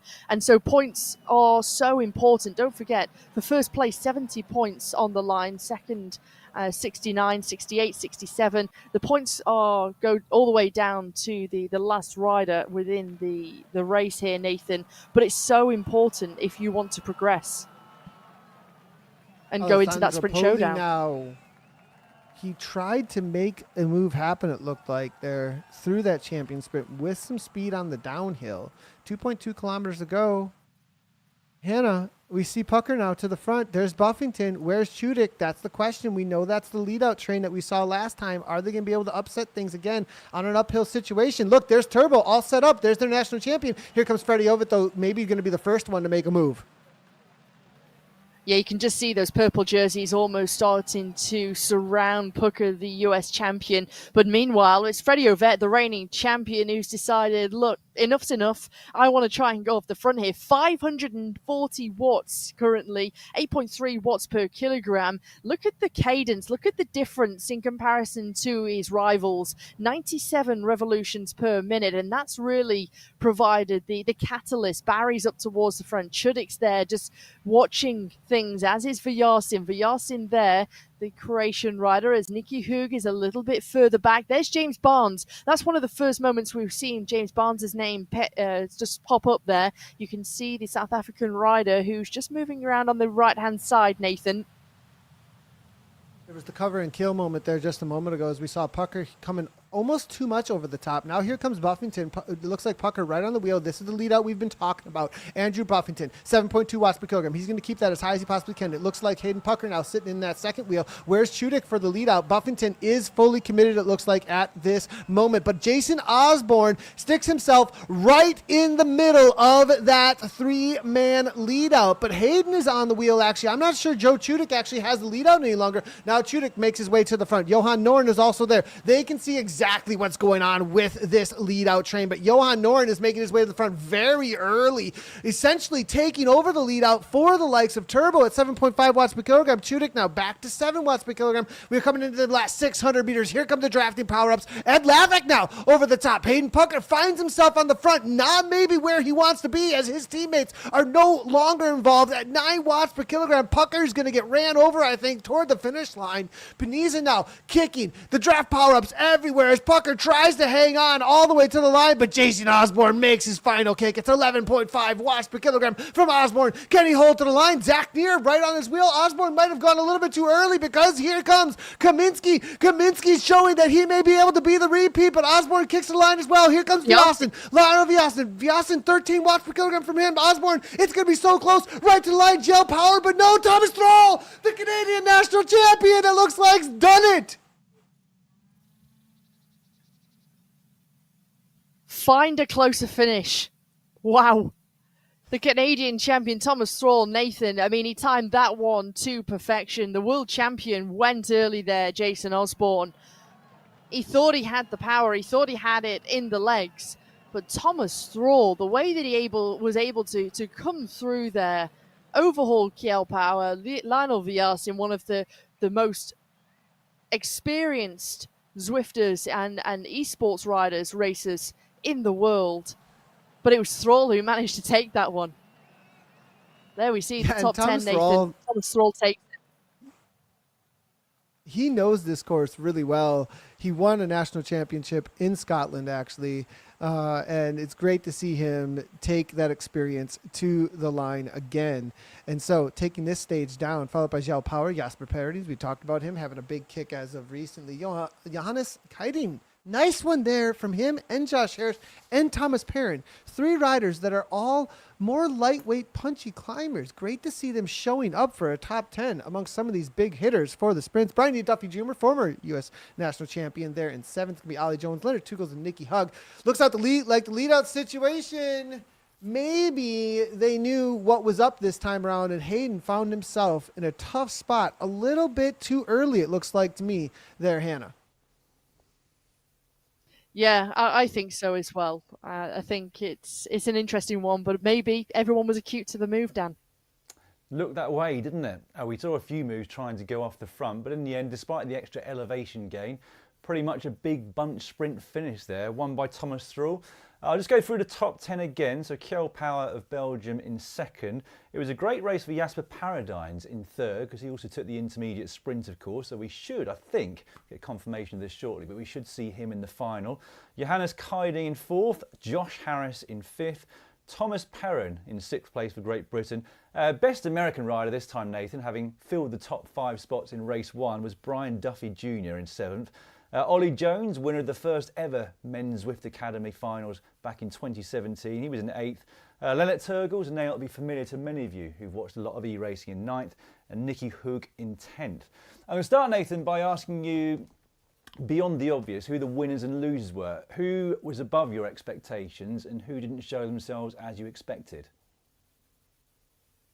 Well, Neil Freyette, a rider that I'd have a big question mark around about whether or not he was going to make it into the final. He's definitely one. I mean, we've seen him win in really punchy situations, but obviously the world champion, Jason Osborne, not making it. But there is a reality when it comes to the kinds of racing that we're into. This favors high-end, high-power, short, punchy situations. And so we are definitely getting into some specializing here, right? So that I think that's why we're seeing perhaps some of the riders, when it comes to your usual who show up for winning day in and day out, maybe not taking down the sprint stages because we're trying to find our sprint champion.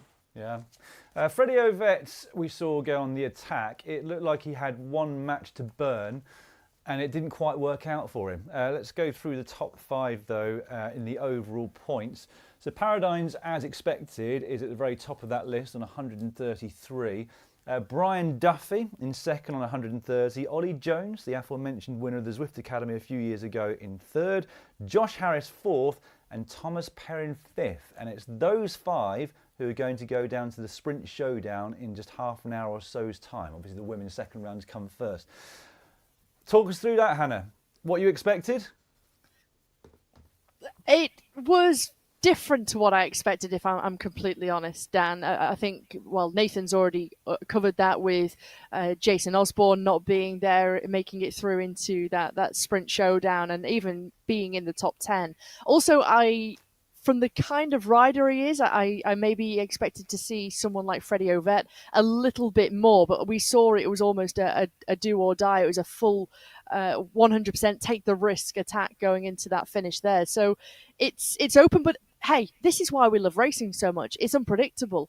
It doesn't always go the way of the favourites or who we might expect to see there, and that's why we love sport so much, because anything can happen. People have been training really, really hard and having the best preparations coming into the Zwift Games here. So that's why it's great, isn't it? We see new names who are in the frame of things, but we also see some surprises pop up, and I think that's the beauty of it all.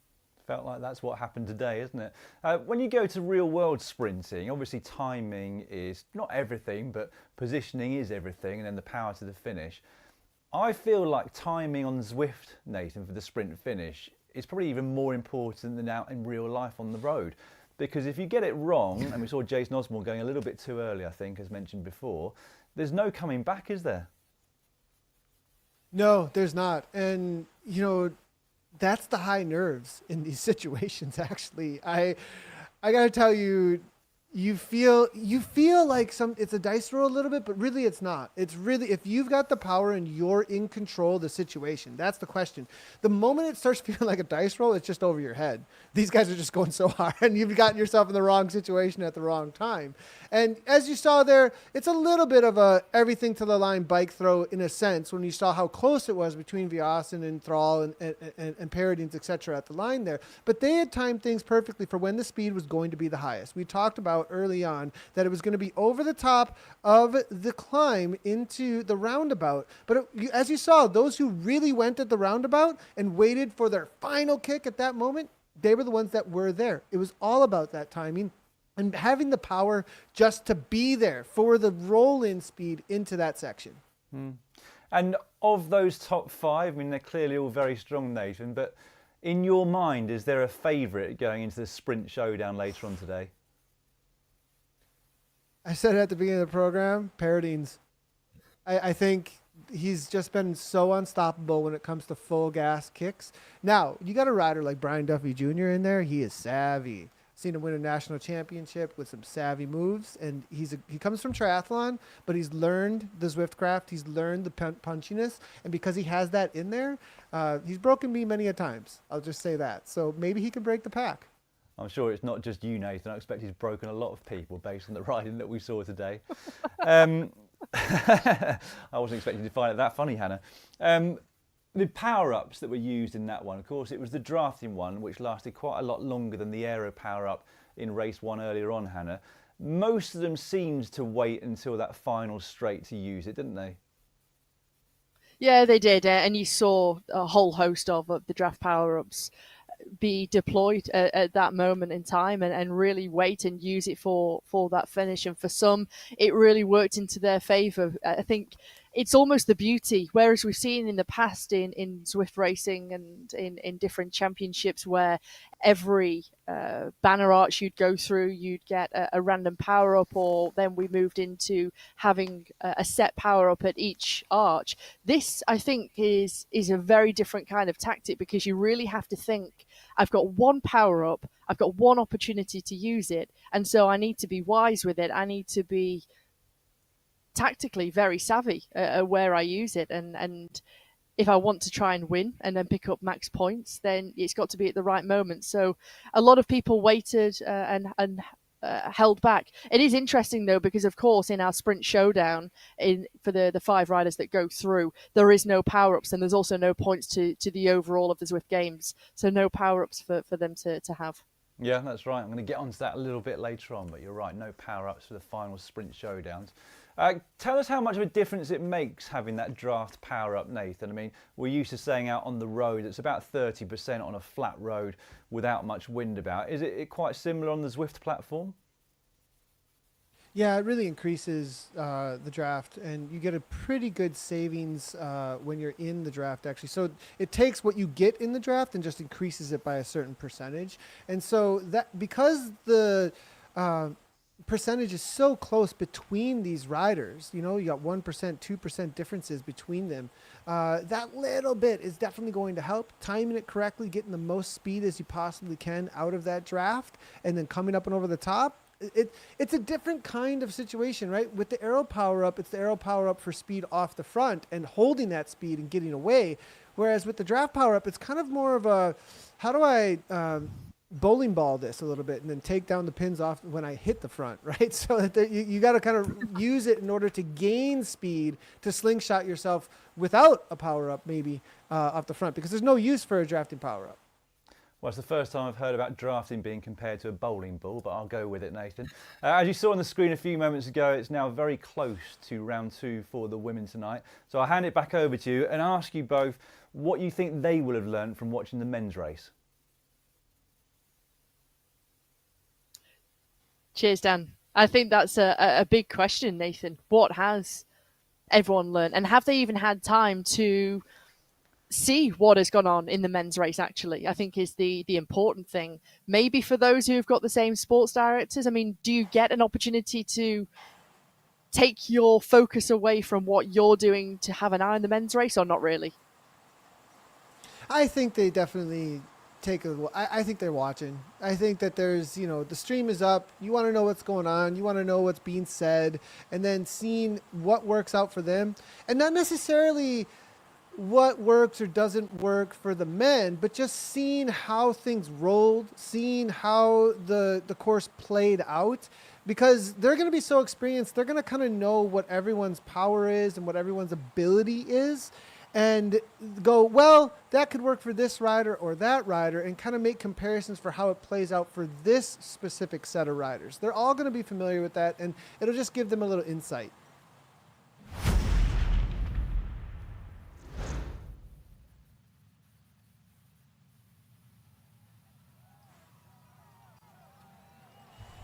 Coming through, Nathan, what will be the Glasgow Sprint here? 17.9 kilometres to go. Stage 2, it's Simmons once again who's setting the tempo. She's at the front, the British rider for Movistar in that blue jersey. As you can see, the Australian champion at the back, number 59 here, Nathan. It's going to be an interesting one here in Stage 2 around Scotland. You see Katie Turdin is the rider who's towards the back. Yeah, and I think we're going to have pretty chill until we hit that Clyde kicker. And the question mark for me here is we're going to have more elevation. We're going to have more pinch points. We're going to have more sections to try and make some moves. How hard are the riders going to make it is going to be a big question. And if they can get away, will they commit? I mean, this is going to be a little bit different race, I think, out here than what we saw over in Neokyo. Neokyo's very flat. There's not a lot of opportunity. The arcade's the only section. Here, we're going to see this Clyde kicker. We're going to see that roller coaster down. Then we're going to see one time through the postcard section. There's plenty of more opportunity here, so we may see some more risks thrown out there from the ladies. And you can't underestimate how hard the Clyde kicker is either, can you, Nathan? As we're just about to go under Central Station, it's such a difficult kind of climb, and everybody knows. I mean, it's been one of the key features for several years now in many of the courses in the Scottish world, but particularly here, to take it on 2 occasions and then with so much at stake, and still relatively so long to go until the finish line, but it's still a hard climb to get yourself over when you see the gradients really start to ramp up and rise.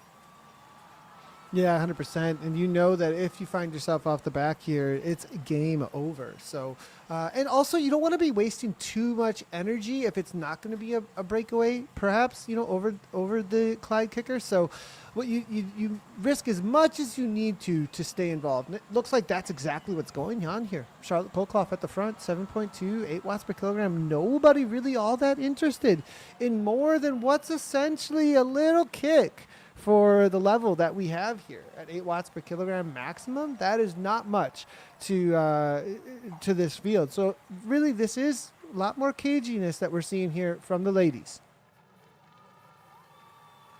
Just a little reminder for anyone who's just been joining us and didn't see in the men's race, you can see on the right-hand side in the positions, you'll see the little blue thumbs up, and one of the riders who's got an awful lot of ride-ons is Jenny Ake, the Finnish rider. She's got almost 60 ride-ons. You can get involved as well, by the way. Don't forget, you can fire up your Zwift companion app, find the riders, give them all a ride-on. It's certainly good to see for those riders, almost that encouragement. It's a virtual cheer, let's say, and you'll see all of the ride-ons that are stored in the back pocket of the riders. So do get involved if you're wherever you're watching, at home, on the go, wherever you are, and give the riders a little ride-on. Yeah, and also if you want to follow along for everything Zwift Games Elite, you can head on over to zwiftgames.com/elite. That is where you can find all information on all of the races, all the stages, the current standings, as well as live dashboards. So definitely go and check that out. It helps you follow along and know where everybody is at for the GC contention and the stages on the day. Lucy Charles Barkley now to the front, 6.6 watts per kilogram. A little bit of a press on, it looks like, but not going anywhere, it looks like, as this pack is extremely attentive to anything that tries to make a move. I think that's the key word, isn't it, Nathan? It's attentive. It's making sure that you can try and save energy where possible. Roykers with a bit of an acceleration now for Phoenix de Koning. You can just see the Dutch rider finishing third last year on the podium at the Tour de France Femmes. You can just see she's got a little bit of an advantage, but she's a rider who's got high power. She thrives in the climbs, and she'll also thrive, Nathan, with some fatigue in the legs. And they certainly will have some fatigue after the first stage already. Yeah, that's going to be a big question mark as well, is who's got something left in the legs after that first stage. The riders who do like something that's more attritional, they're going to like this a little bit more. It's a tough one, though. Again, we keep coming back to that risk and reward here, because if you do risk making the race hard, as we saw with Timothy Rugg, right? We saw him try to make the race hard. We saw also with the likes of Turbo trying to make the race hard early on at a couple, with that lead out section. You put that down at the wrong time and your race can be over so incredibly quickly. And with the Sprint Championships, I'd say that the Sprint Championships are some of the most tactical racing that you will find, because it has way more to do with your gamecraft here than any of the other stages will have to do with your gamecraft, because your timing and your split-second decisions and when you use that and how in control of your avatar you are for its positioning and where it can be, it shines in races like this. Do you think then for teams, Nathan, who have got several riders represented, and one of them that stands out to me immediately is Saris Esports. They've got Natalie Smith, Marcel Smithers, Brittany Lytton. Lytton we already saw on the offensive earlier on. They've also got Megan Rathwell. They're just one team who've got several riders. Do you think teams will be willing to say, right, let's make things hard and almost give certain riders a role and say, well, we want you to make it hard. You try and go on the attack. We hope that that will do some damage to our rivals. Meanwhile, the rest of the team can almost sit in the pack and follow. Do you think some teams might want to try and go with that kind of option? Yeah, definitely. There definitely is situations like that. And I think we did see that from Brittany Litton. I think that was part of the goal for her, was to make things difficult for everybody else, force others to chase, and then maybe set up the rush. Now, she got caught a little bit early for that to play out for the tide pool, because if she would have got caught closer to the tide pool with a lot of riders having to make some sort of a move, well, that would have perhaps changed things up a little bit. You know, next presented by Insured, they've got a few numbers out here. I mean, the reality of a Lucy Charles Barkley making a move and looking to perhaps get away, that puts Liz Van Houweling, that we just saw, who also rides for the next team, in a really good situation later on. And so you can definitely see that there are the teams here for that. Whether or not they want to make that risk is going to be a big question mark. How close they are in points to getting through and their overall for Zwift Games, a lot of those question marks start to come up as to how they're going to ride for the individual and how they're going to ride for the team. Yeah, quite right. I guess that's the beauty of teams having that luxury of having riders who can deal with stages like this, and particularly riders who've got a very, very fast kick at the end, but also those riders who are a real diesel engine. And we're taking a look at Lucy Charles Barkley here, currently the Ironman world champion. And really, it's kind of, we know her caliber in Ironman and in triathlon, but here, particularly in esports and e-racing here on Zwift, Nathan, it could be a little bit of an unknown quantity, but on a harder course like this, she could really thrive. Yeah, 100%. We'll have to wait and see if she's able to pull that off. It's very difficult. The timing will have to be absolutely correct. We almost saw something from Hayden Pucker, over the top of the breakaway Bray. And the reality of whether or not these ladies can hang on. Now, one thing that's for sure is that the level is so high amongst these ladies now that getting away is a different story than it used to be in and amongst the ladies field. At this point, the ability to chase things down, the number of wheels that you can grab onto in order to come back to the pack has just increased. And so that reality is just totally different now at this point. What's going to be interesting as well is a rider like Lou Bates, right? We saw her trying to make the move. It didn't definitely necessarily work out for her. I think she likes a course like this a little better as well. So, you get enough riders like that to start to work together or look for that kind of a move. They can kind of have a similar interest out on course that ends up working out for them. Yeah, you're quite right. And I guess that's the beauty of how things have also evolved, Nathan. The fact that the racing style has changed, the tactics have changed, particularly as teams have gotten stronger and stronger. The fact that riders and teams, maybe there's been a shift around in teams, and teams have got new recruits. That's the beauty of it. We just tick over 10 minutes of racing, just under 12 kilometres, until we get to the finish here in the Scotland Smash. Don't forget, one lap, a total distance of 18.1 kilometres, 167 metres of elevation, almost double what we had or is double what we had in stage one. Certainly harder. 3 kilometres until we get to that bonus sprint at Breakaway Bray. And don't forget, 10, 5 and 3 points are available. Yeah, and we're about to have the first kick in just a moment. People starting to set up. We do have a downhill before the kick, though, and that makes things a little bit different here. Because of that, riders are going to be looking through a lot of roll-through speed. If you find yourself at the front before this uphill kick, it can make things very difficult for you actually to hang on. That's actually one of the racecraft positioning things you really need to pay attention to, being in the right place and then putting the power down at exactly the right time. If you're on the front through this section and you hit that uphill gradient immediately and you don't, and then you just have wind in your face and you just have the uphill gradient in your face immediately, and everybody else is rolling through speed from the back of the pack or the middle of the pack, they're going to come around you so quickly. So a lot of times people don't time it correctly. As you can see here, 52 kilometers per hour.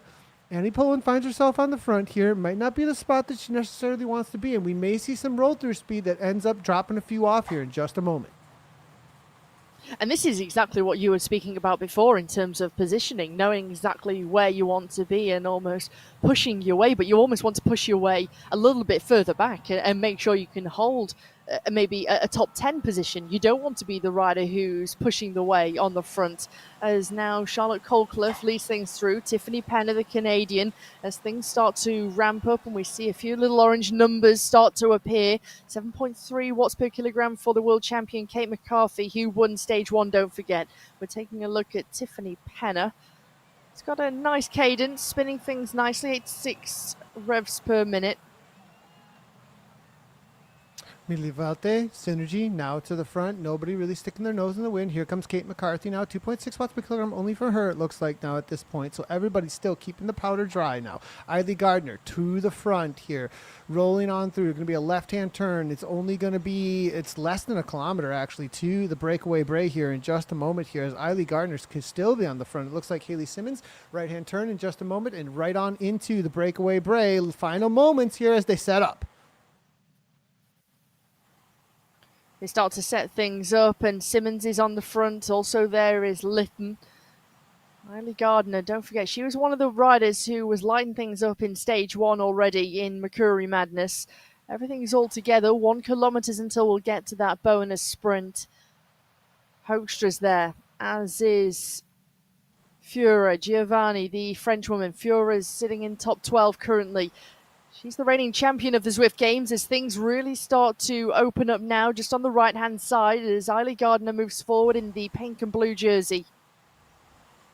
You see Haley Simmons in the Movistar kit on the front here now. Blue kit there. Watch her. It's going to be on the right-hand side. Here comes Wahoo now. Wahoo Lacole. That's going to be Charlotte Colclough, the first one to now make her way to the front. Here comes Lisa Gallegos. So everybody's really waiting this one out. Kate McCarthy sitting second wheel perfectly, actually. She is so good at positioning herself. Here comes Catherine Furr now. This is going to be the final moments now. An early kick. Here comes Gara. Gara now 8.3 watts per kilogram. First one to make a move, it looks like now. Trying to maybe make her way to the front and last this one out. Elise Gallegos continues now, 7.2. Charlotte Colclough now, 7.6. No serious kicks just as of yet. They're waiting and waiting for the moment. Now McCarthy goes. McCarthy at the front.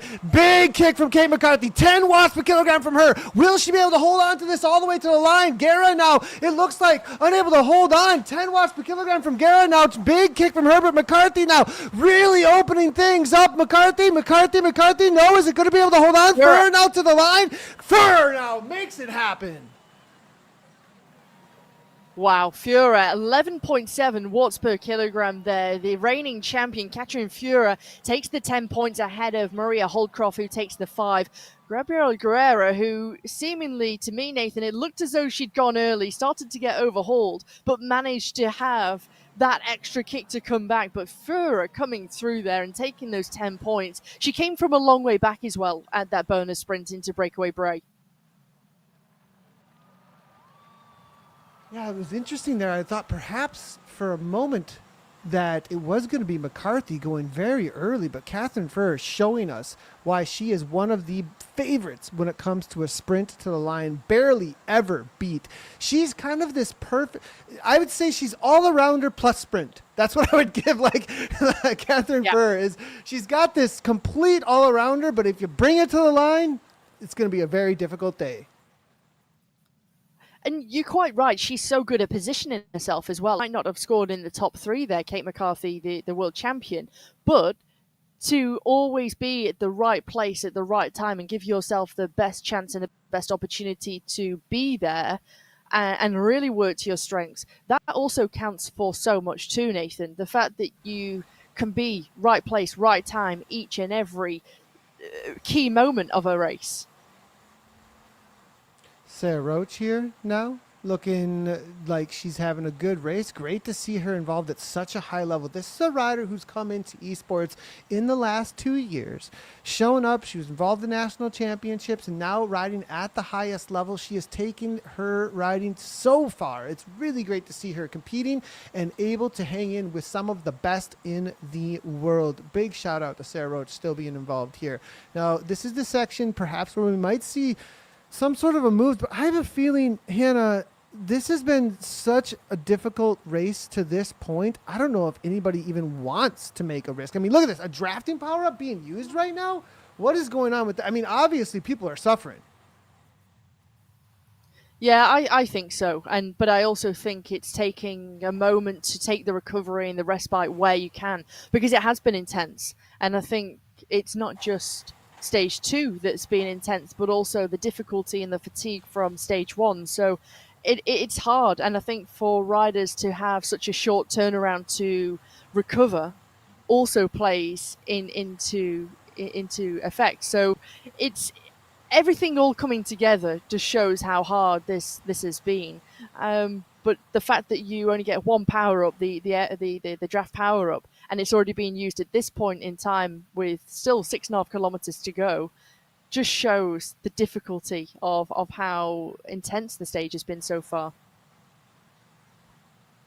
Well, this is there's going to be 2 more opportunities before the final sprint. This one right here, and then as they hit the Clyde kicker, that'll be the next pinch point we'll be looking for, as they are going to do one more little loop on the Glasgow crit course, and then we are going to make our way into the postcard, which is kind of an opportunity but also the lead in to the finish line. So those are your pinch points. Still opportunity to try and make some moves. Everybody keeping their powder dry still, as we said, though. Celine Columbia with a 5.4 watt per kilogram at the front, but that's just making sure the position is correct.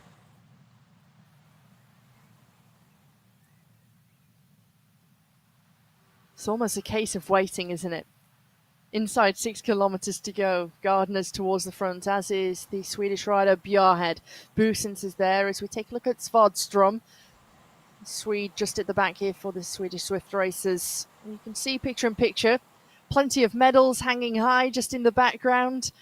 Shows the caliber of rider, 171 watts currently, 2.5 watts per kilogram. They're just rolling through here, Nathan, and you can almost get a sense that the tactics will be played out shortly, but it's that waiting game, isn't it? Waiting to unleash your team. Interesting little move here. There it is. We were waiting for it. Eiley on the move, making the moves here, and this is what she needs to do. If she wants to get the win out here today, get a little bit of a gap, take it up and over the top of the Clyde kicker. She's got the power to continue on over the top of the Clyde kicker with some space. Will anybody chase this down? Nicole Meyer, now Gabriella Guerra actually holding on to the wheel there as well. Interesting. We've got big names starting to make moves here. That's going to upset Catherine Furr as well as Kate McCarthy, I would think, to try and make their way to the front here at this point. Eiley Gardner, is this a lead-out situation actually? Is Nicole Meyer from Next Generation Shorts sitting right on her wheel?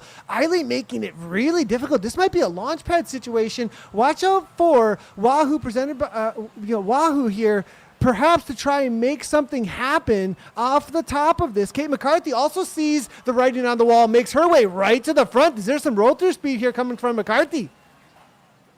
When you see a wild card like Eiley Gardner, who is up towards the front, Nathan, putting out the watch she was, and almost with a little slender advantage, it's almost the sirens are going.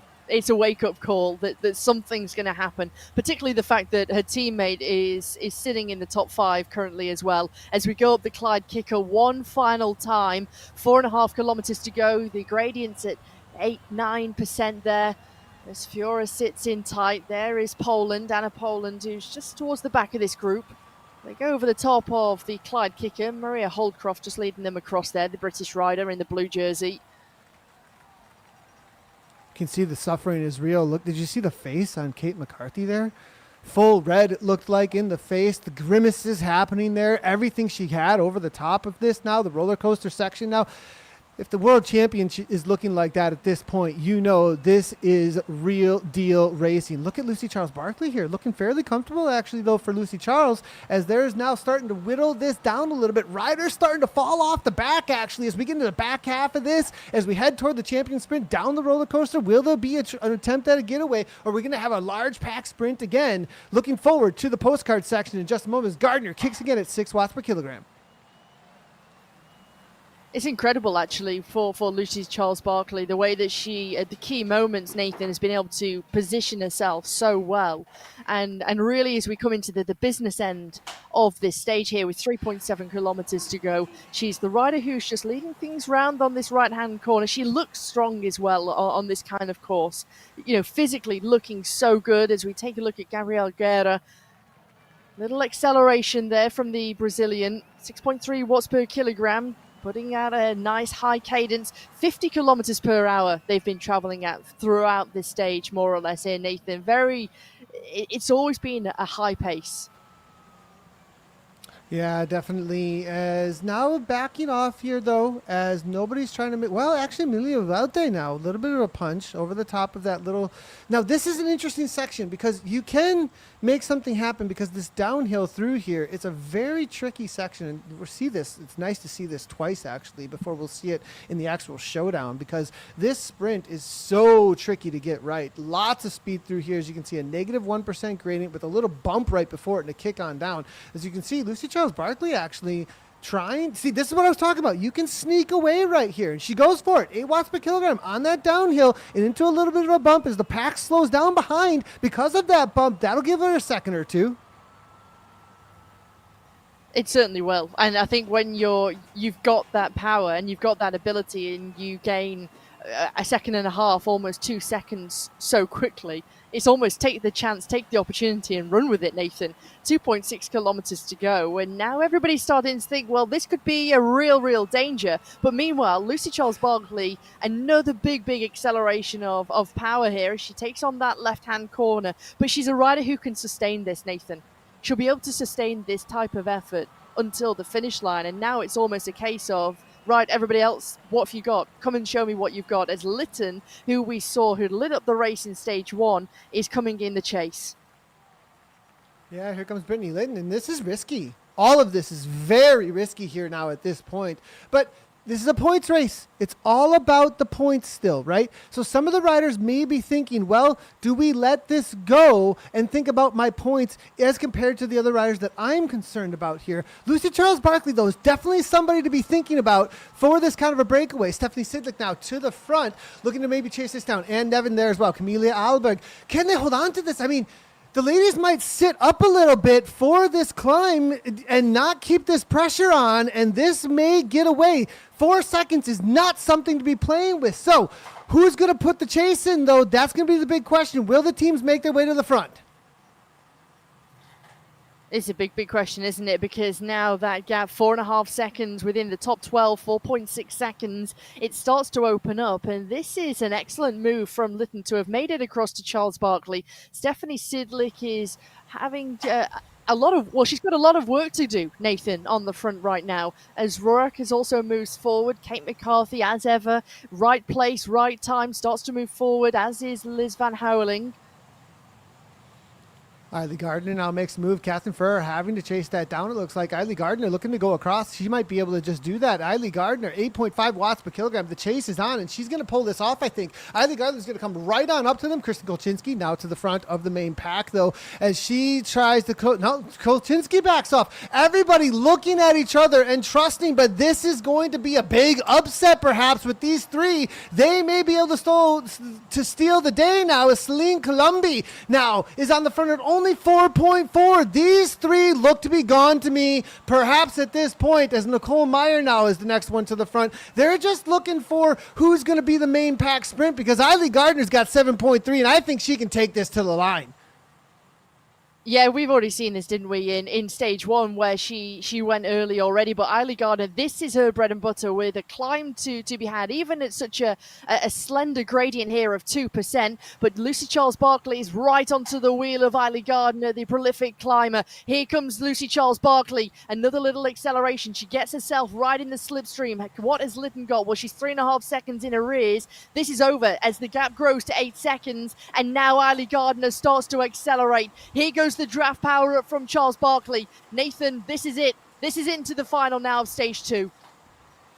Yeah, and they've got 10 seconds in the pack. I don't think that this is coming back here at this point as Gardner and Charles Barkley is going to be up between them. And I think Charles Barkley has set herself up perfectly to take the win here with a sprint situation on Gardner's wheel, most likely now at this point. The pack now starting to gallop here, but it's too little, too late. I believe 8 seconds. Can that be closed down? No, they're within the last 200 meters, but here comes Lexi Snover, Lou Bates, Gabriela Guerra all the way to the line. Who's going to take that one down behind? Gardner, Charles Barkley between them. I think Charles Barkley maybe just barely pulling that one off, and behind the big question mark is going to be all about the finish at the line in the pack, but Charles Barkley throws it down and takes it from Eiley.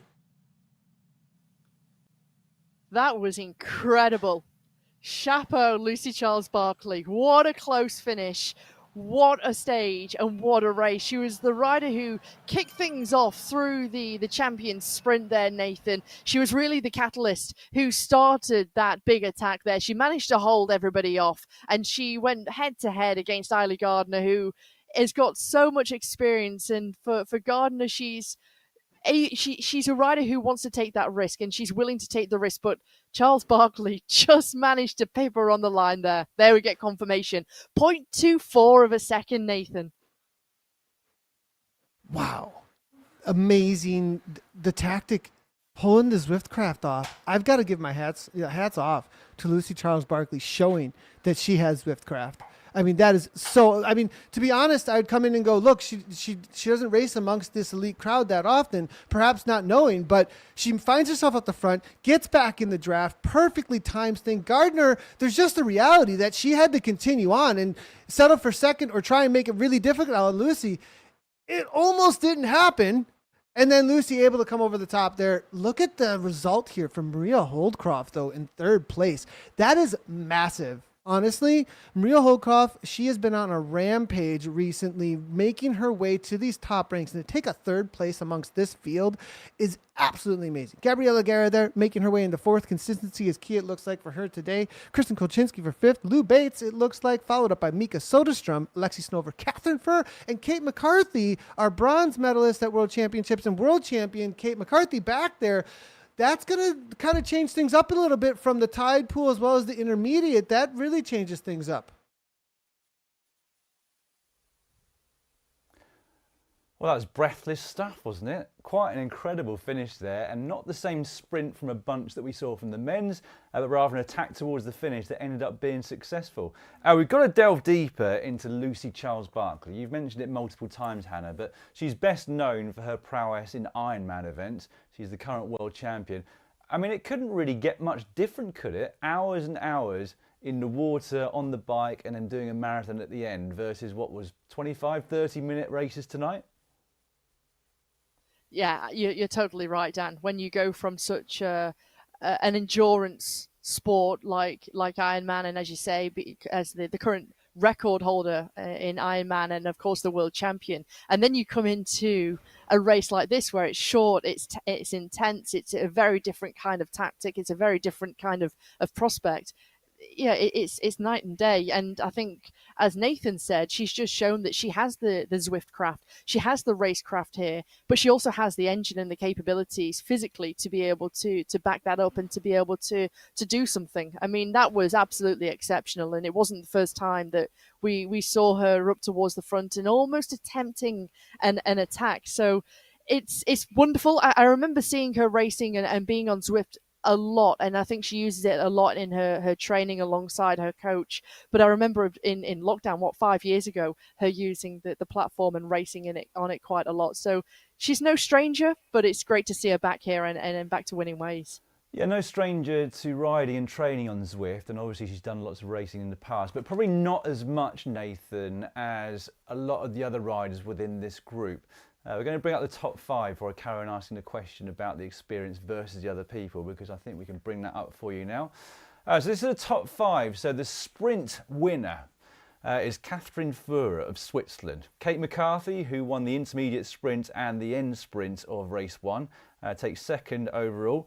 On countback there, of course, as well, equal on points and 141. Just 1 point behind them, Maria Holdcroft, that you were talking about just a few moments ago, Nathan, how well she's coming on. Gabriela Guerra of Brazil there in 4th on 133, which is the same number of points as Mika Söderström of Sweden in 5th. So those 5 will go on to the Sprint Showdown, which we'll have for you a little bit later on this evening, or this afternoon, or this morning, wherever you are watching from.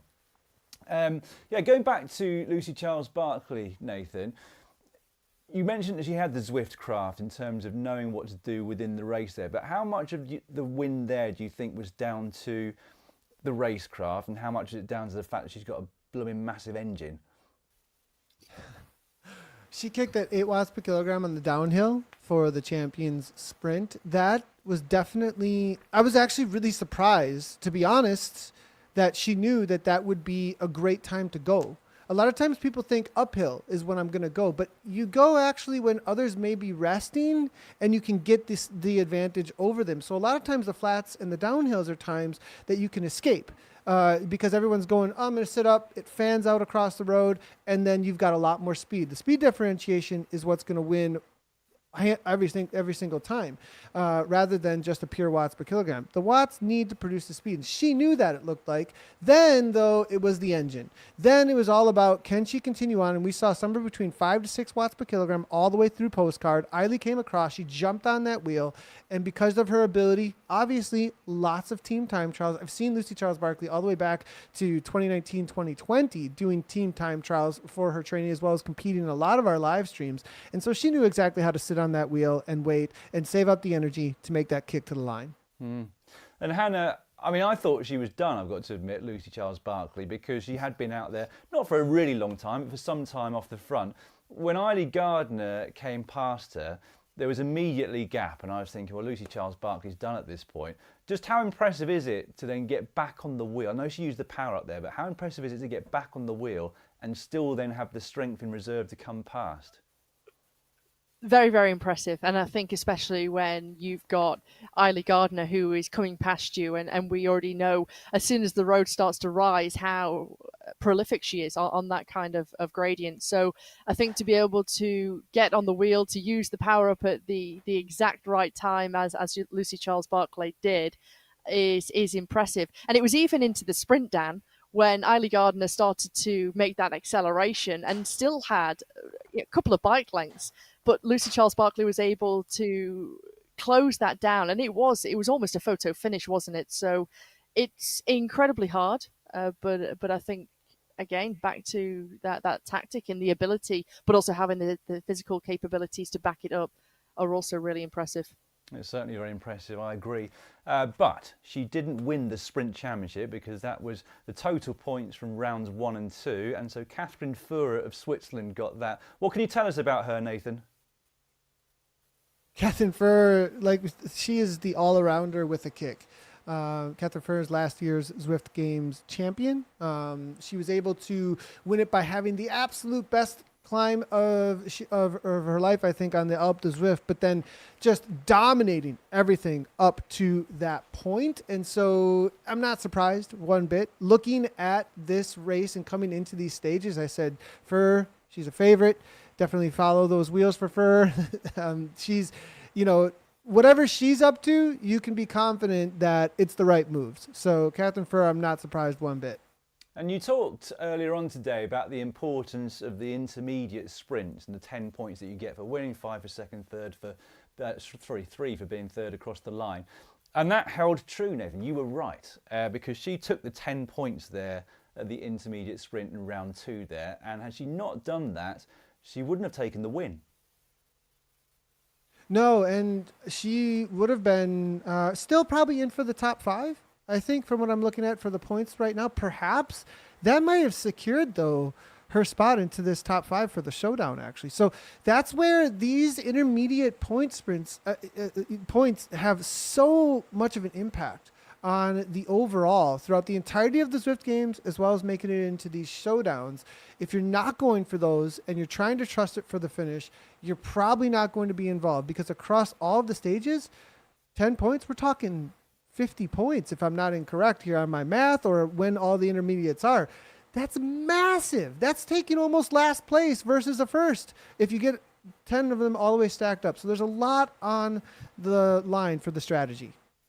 And just before we move on to the men's sprint showdown, which we'll explain to you shortly, Hannah, who do you think will be most disappointed from the women's peloton in these first 2 rounds?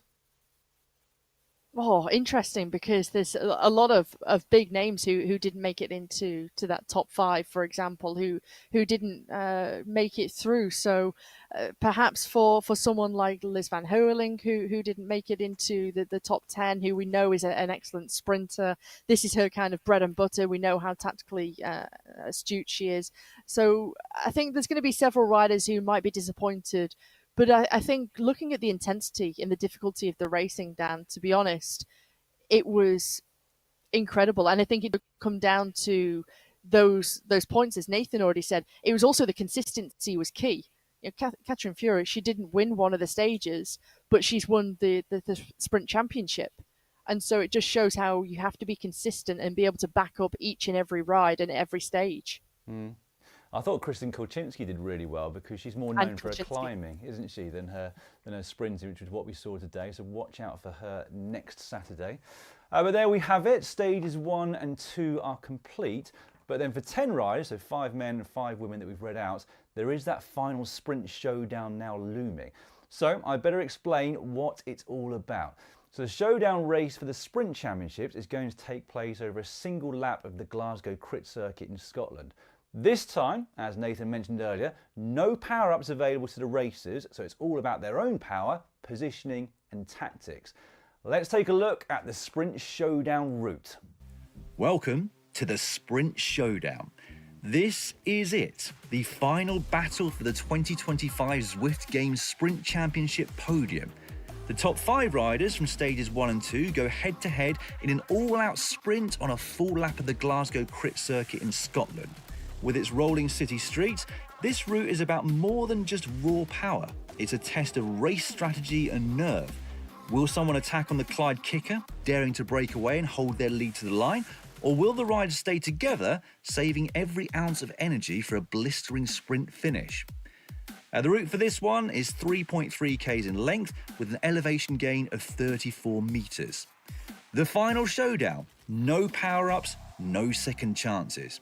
And with no power-ups to rely on, it's all about racecraft, raw power and perfect timing. Who will time their moves to perfection and who will fade under the pressure? A 3.3 kilometre race. I mean, that would be painful whenever you did it, let alone when you've already got 2 races in your legs from the last couple of hours. Again, I almost feel sorry for the riders.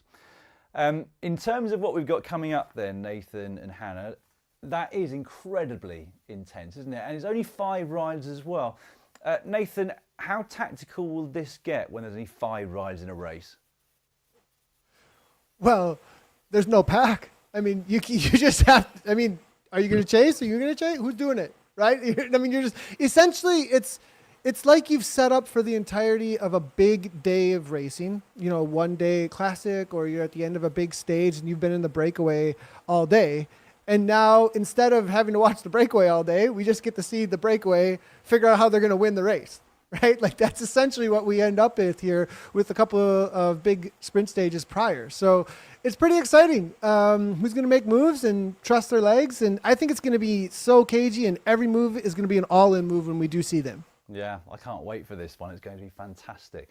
Just to let you know who's gone into the final, just to make an apology again on my own behalf.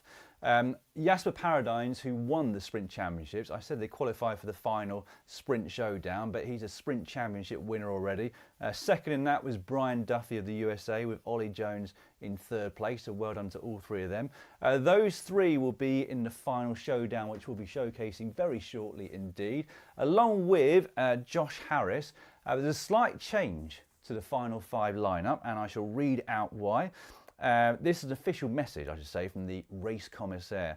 So Thomas Perrin reached out to race control to indicate that his in-game weight was set incorrectly for stage 1.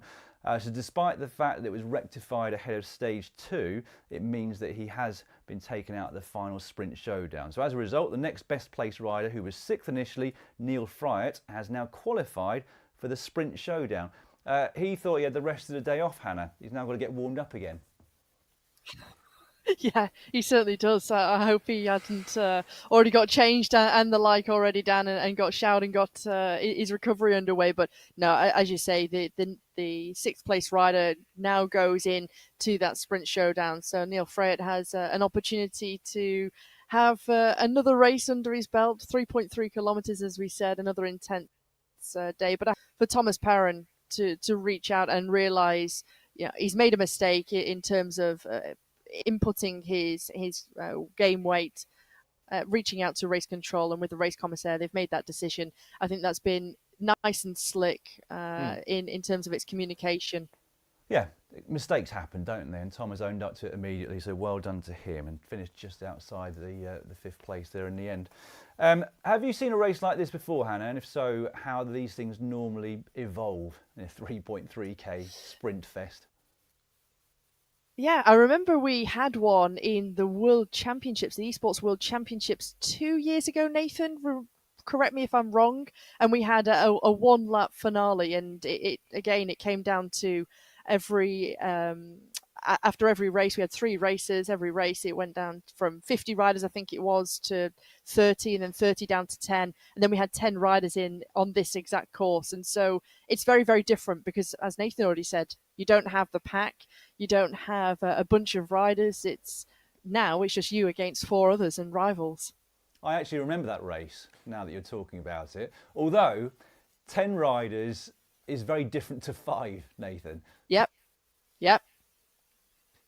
Yeah, it's really different. We saw Bjorn Andreasen make that move right from the gun, if we remember, when he got away from 10. So does that mean that the dice could be rolled even more with an immediate kick? You're more of an FTP rider. I gotta say, Thomas Perrin, a favorite for Zwift Games overall. It's sad to see that perhaps his points not going to be counted then. We'll see how that ends up playing out in the rule set and everything. But then to throw Neil Freyet amongst this, the guy's got a massive kick, and when it's not as many bodies in the way, and I don't know, this just changes things up for me personally. The replacement there with Neil Freyet, he's a monster, and he can take down just about any sprint out there. I just hope Neil hadn't gone for an early shower after thinking that he didn't qualify. Anyway, we've got 30 seconds to go from the start. We don't want to miss that because it's going to be a very short and punchy race. So once again, I'll hand back to you both.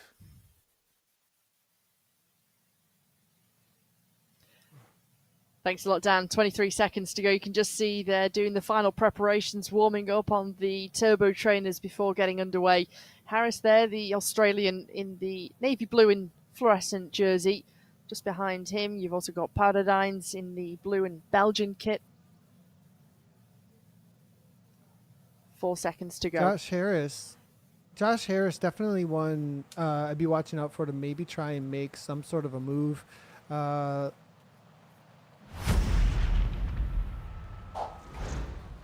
Yeah, and I was just saying, I think Harris here now, be on the watch out, but who's making the early move to try and make an escape, actually? There's Freyet there, I believe, right on the wheel. Is that going to be Paradines that's on the front here? Harris here holding the wheel, not letting anything go. You let something escape. Yeah, that's actually... Paradines at the back here, trusting that it's all going to stick together. Back. So... Yeah, this is really interesting, isn't it, to see that, someone wants to try and take the risk, Nathan. Someone wants to try and set the pace earlier and really inject some speed. Ollie Jones, the rider who's on the front, and already 52 kilometers per hour. You can see the Australian rider there. That's Josh Harris, number 3 on his back. And the situation here, this is all for the showdown on this championship here. 3, 2, and 1K on the line for the riders. So lot of nerves, most likely, when you've got that kind of prize on the line here. Ollie Jones continuing on the front, just pressing on. Harris now resting up. Look at that. Going to no pedaling at all. The racecraft is real here as Brian Duffy Jr. sits at the back. I think you've also got to make the most of it and be tactically astute in each and every way. Sometimes even more so, Nathan, when the race is like this, when there's only 5 of you in the race. It's so short. It's only 3.3 kilometers, 34 meters of elevation, and already we've covered almost 2 minutes of racing, and we have 2.2 kilometers to go. So I think even more so, you have to think about where to use your effort. Brian Duffy Jr. now making a serious move, 9.9 watts per kilogram. I like this because rather than just matching efforts into the Clyde kicker, he used the roll through speed onto the 2%, and he's going to make this a drawn out Clyde kicker. That's how you really put the heart rates. That extra 10 seconds and that extra little kick, it's going to expose those that do not have a whole lot left in the legs. Brian Duffy Jr. might walk away with this one. 10 watts per kilogram. He's got more than everybody else now at this point. Josh Harris now can see that this is a danger moment. Ollie Jones kicks at 12 watts per kilogram over the top here. That may be bringing it back together. Over the top of Clyde kicker is Brian Duffy Jr. 1.7 seconds is the advantage over Ollie Jones. We saw some big power there being unleashed at 12 watts per kilogram, Nathan. It's now starting to be a slender advantage, and it's not all over because behind, Paradigms has started to come through in that blue jersey with the Belgian tricolour across the chest, but still Brian Duffy Jr., he's still got that advantage. 1.2 kilometers to go. Looks fully Past Scotty committed. the Squirrel.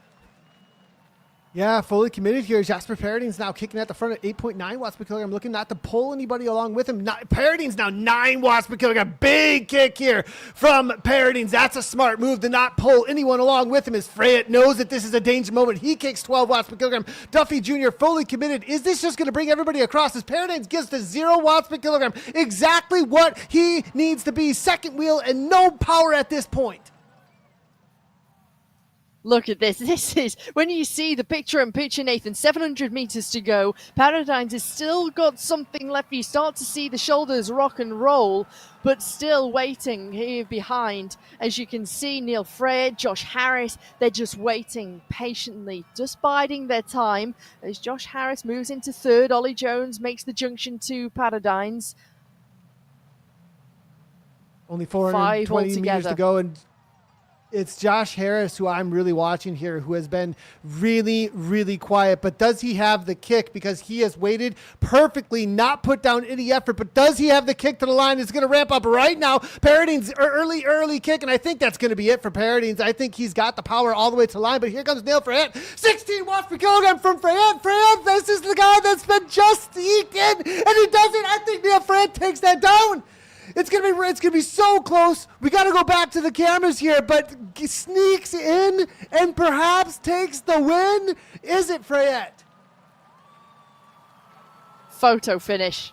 That was too close to call. Absolutely exceptional there, Nathan. The fact that it came so close and it became really tactical in that final 300 meters. The fact that they were trying to lay off and Paradanes, he just held that front position. So close, but Freyet came with so much speed and so much power. When you see 16 watts per kilogram, Nathan, that is serious wattage. Looking at Paradine's reaction, I have the feeling perhaps that's a second place for him. I think Neil Freyet with that 16. Just, do you see the way that has to play out though on the champion sprint? Paradine's went early and was able to hold almost all the way for like 100 to almost 150 meters with the speed he gained around the corner and a big kick.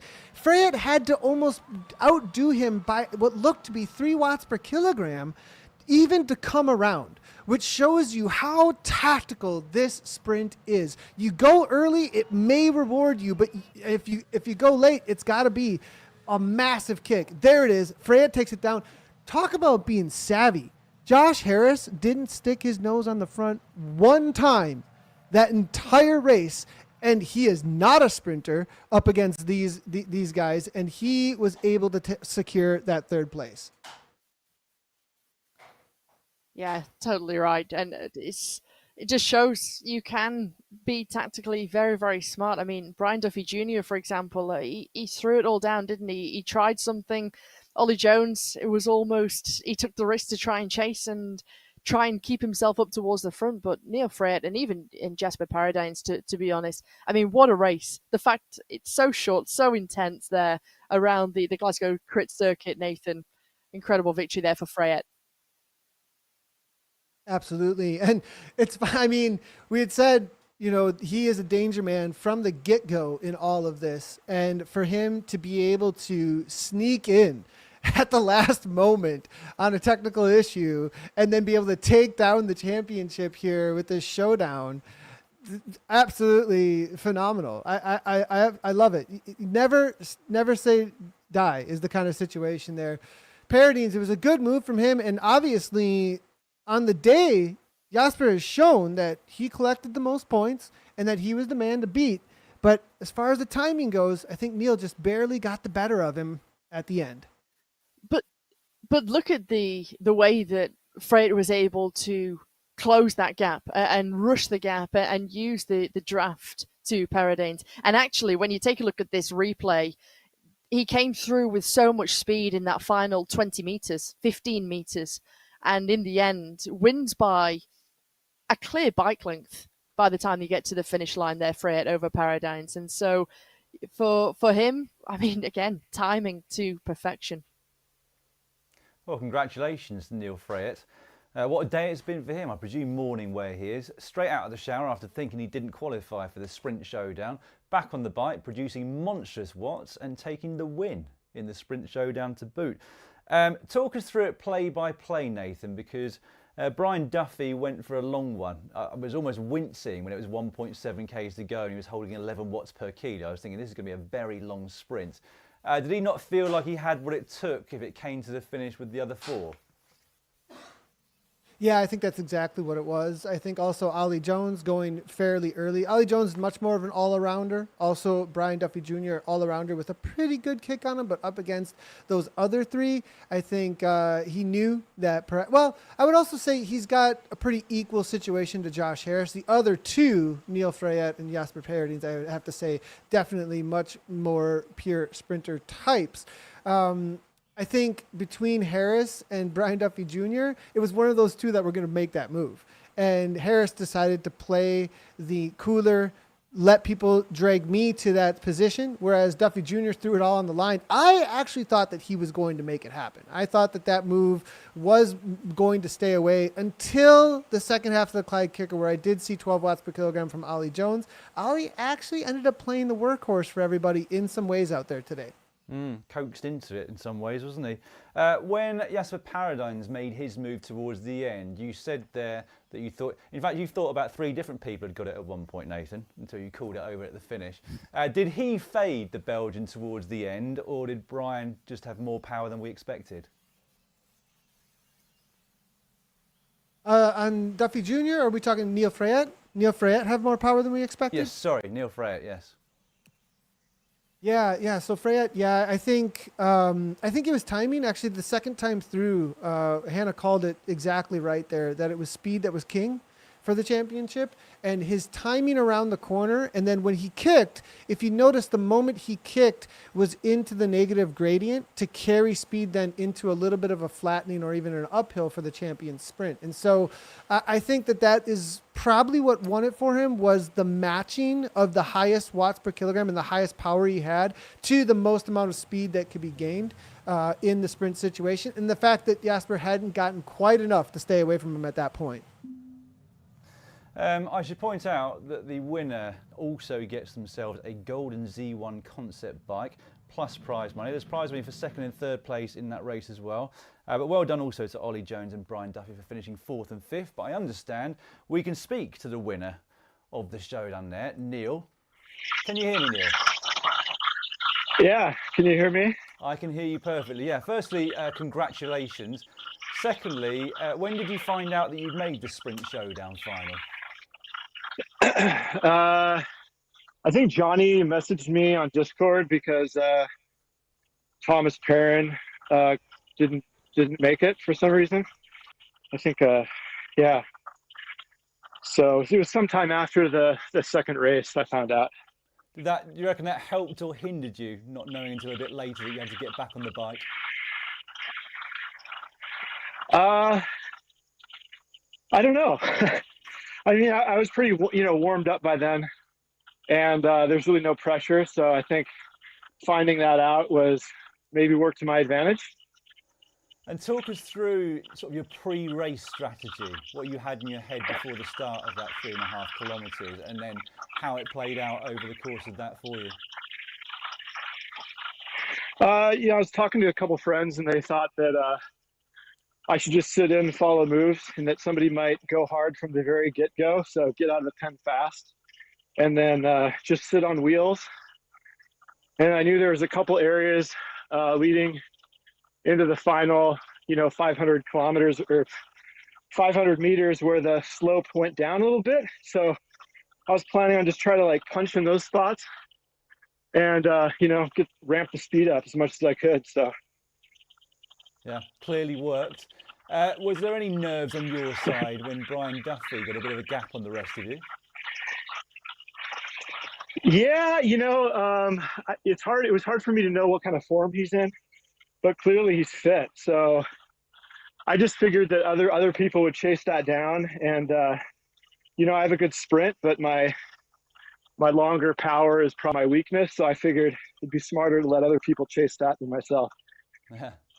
And we heard Nathan talking earlier about how he stalks a lot of rides on Strava to see what they're up to on Zwift and out on the road. Given that you're obviously all in your own pain caves all over the world, do you do something similar where you try and keep tabs on the other riders and your rivals ahead of these races? Somewhat. After going to the Abu Dhabi World Championships this last year and meeting a bunch of those guys in person, I follow what the SRC crowd does quite a bit. It's always scary seeing the power those guys put out. And then, I follow a bunch of guys around in the US like Hayden Pucker and Zach and other former teammates and stuff. So yeah, I kind of keep tabs.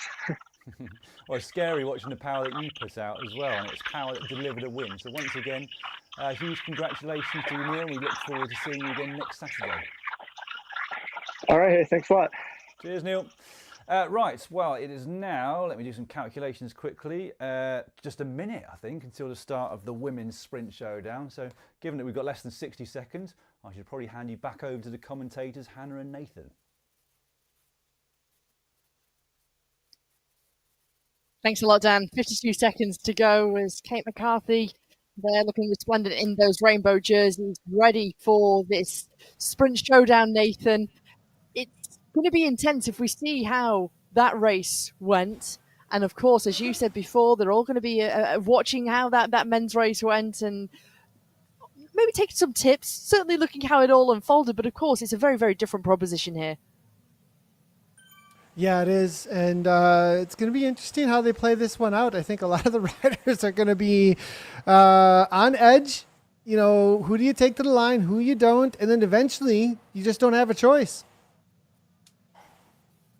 Yeah, absolutely. Kate McCarthy, 9 seconds to go inside the final of this first weekend of the Zwift Games. Getting ready, getting prepared already on the pedals, on the power, getting themselves off under the archway here. 5 riders who will be into this sprint showdown here. The world champion we're on board with currently in the rainbow jersey, number 22.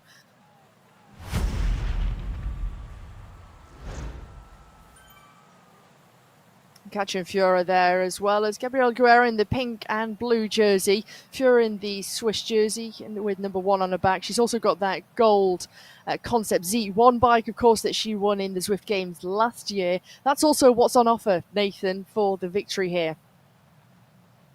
Yeah, it is on the overall. It'll be interesting to see how this plays out. Look at that golden Tron on the right-hand side. Everybody all together, not seeing the same kind of start as we saw with the men, as Maria Holcroft at the front at 2.7 watts per kilogram. Much more cagey start to this, much more chill as everyone's waiting for the first moves. As for now, the first one, I think over 3 watts per kilogram for a little while there. So everybody saving what they have, as we've only got 3K to go. 1 full lap starts now. 1 full lap, and of course the Clyde kicker that they'll have to take on. Do you think anybody in this field here, of a very small field, Nathan, 5 riders, will opt to try and go early and use the climb? I mean, I'm thinking about riders who really thrive on and ascent and really use that to their strengths and attributes as a rider. Because Gabriela Guerrero, for example, I know you know a lot of insights into Gabriela, but she's a top climber. She can sprint, but when you're up against someone like Kate McCarthy, for example, do you risk waiting until the end? It's a really good question, actually. And what we saw in the men's race was that a breakaway, it's really difficult to stay away when you have so many people motivated. And so who's going to make the move, who's not? I'd actually say it's Kate McCarthy, actually, who wants this to break away early. A lot of times that's how she wins a lot of her races. She just is such a strong rider for a breakaway effort. She's very good when it comes to long, drawn-out efforts as well. So perhaps the two of them, though, that's kind of their forte, the Guerra and McCarthy. So be on the watch out for them for maybe on this Clyde kicker to be able to get a little bit of distance. But she's not going to let anything get clawed away from her. Mika, on the other hand, she's all about riding the wheels and waiting for the final kick. You bring Mika to the line, it's going to be hard to beat her on that downhill. Mika Soderstrom finished third overall in this event 1 year ago in the 2024 Zwift Games. She finished fourth overall in the end, the Swedish national champion, who you can just see on the left-hand side in the blue and yellow jersey, just to the far left, just moving herself forward currently. But it all seems very calm as you currently see the numbers, 3.5 watts per kilogram as Holdcroft just puts in a little acceleration there. We just saw numbers of 6.5 watts per kilogram there as Guerrero just tracks Soderstrom onto the Clyde kicker, Nathan. 1.8 kilometers to go, over 3 minutes of racing complete. Looks like everyone's very much willing to take this to a sprint. Nobody risking anything at this point, interesting enough. So I thought perhaps we'd see a little bit more up and over the top. We see Kate McCarthy go to 0 watts per kilogram for just a moment there, up and over the top here. So yeah, sorry, Nathan, just to cut across you. One interesting point on this course for me is, of course, the Clyde kicker is one of the points where everybody's thinking about, but it's more over the other side into the S-bends. As now we start to see Kate McCarthy, 12.7 watts per kilogram now, 13.1 as she lays down 758 watts here. Kate McCarthy, the world champion, is trying to win this sprint showdown here in Glasgow Crit Circuit in Scotland. It's Fura who's trying to chase with Guerrero right on the wheel. As Guerrero's trying to pull this back together now. A big move there, Nathan. Huge effort from McCarthy. That's a mess. She did 13. That's essentially a race-winning move to try and make it happen.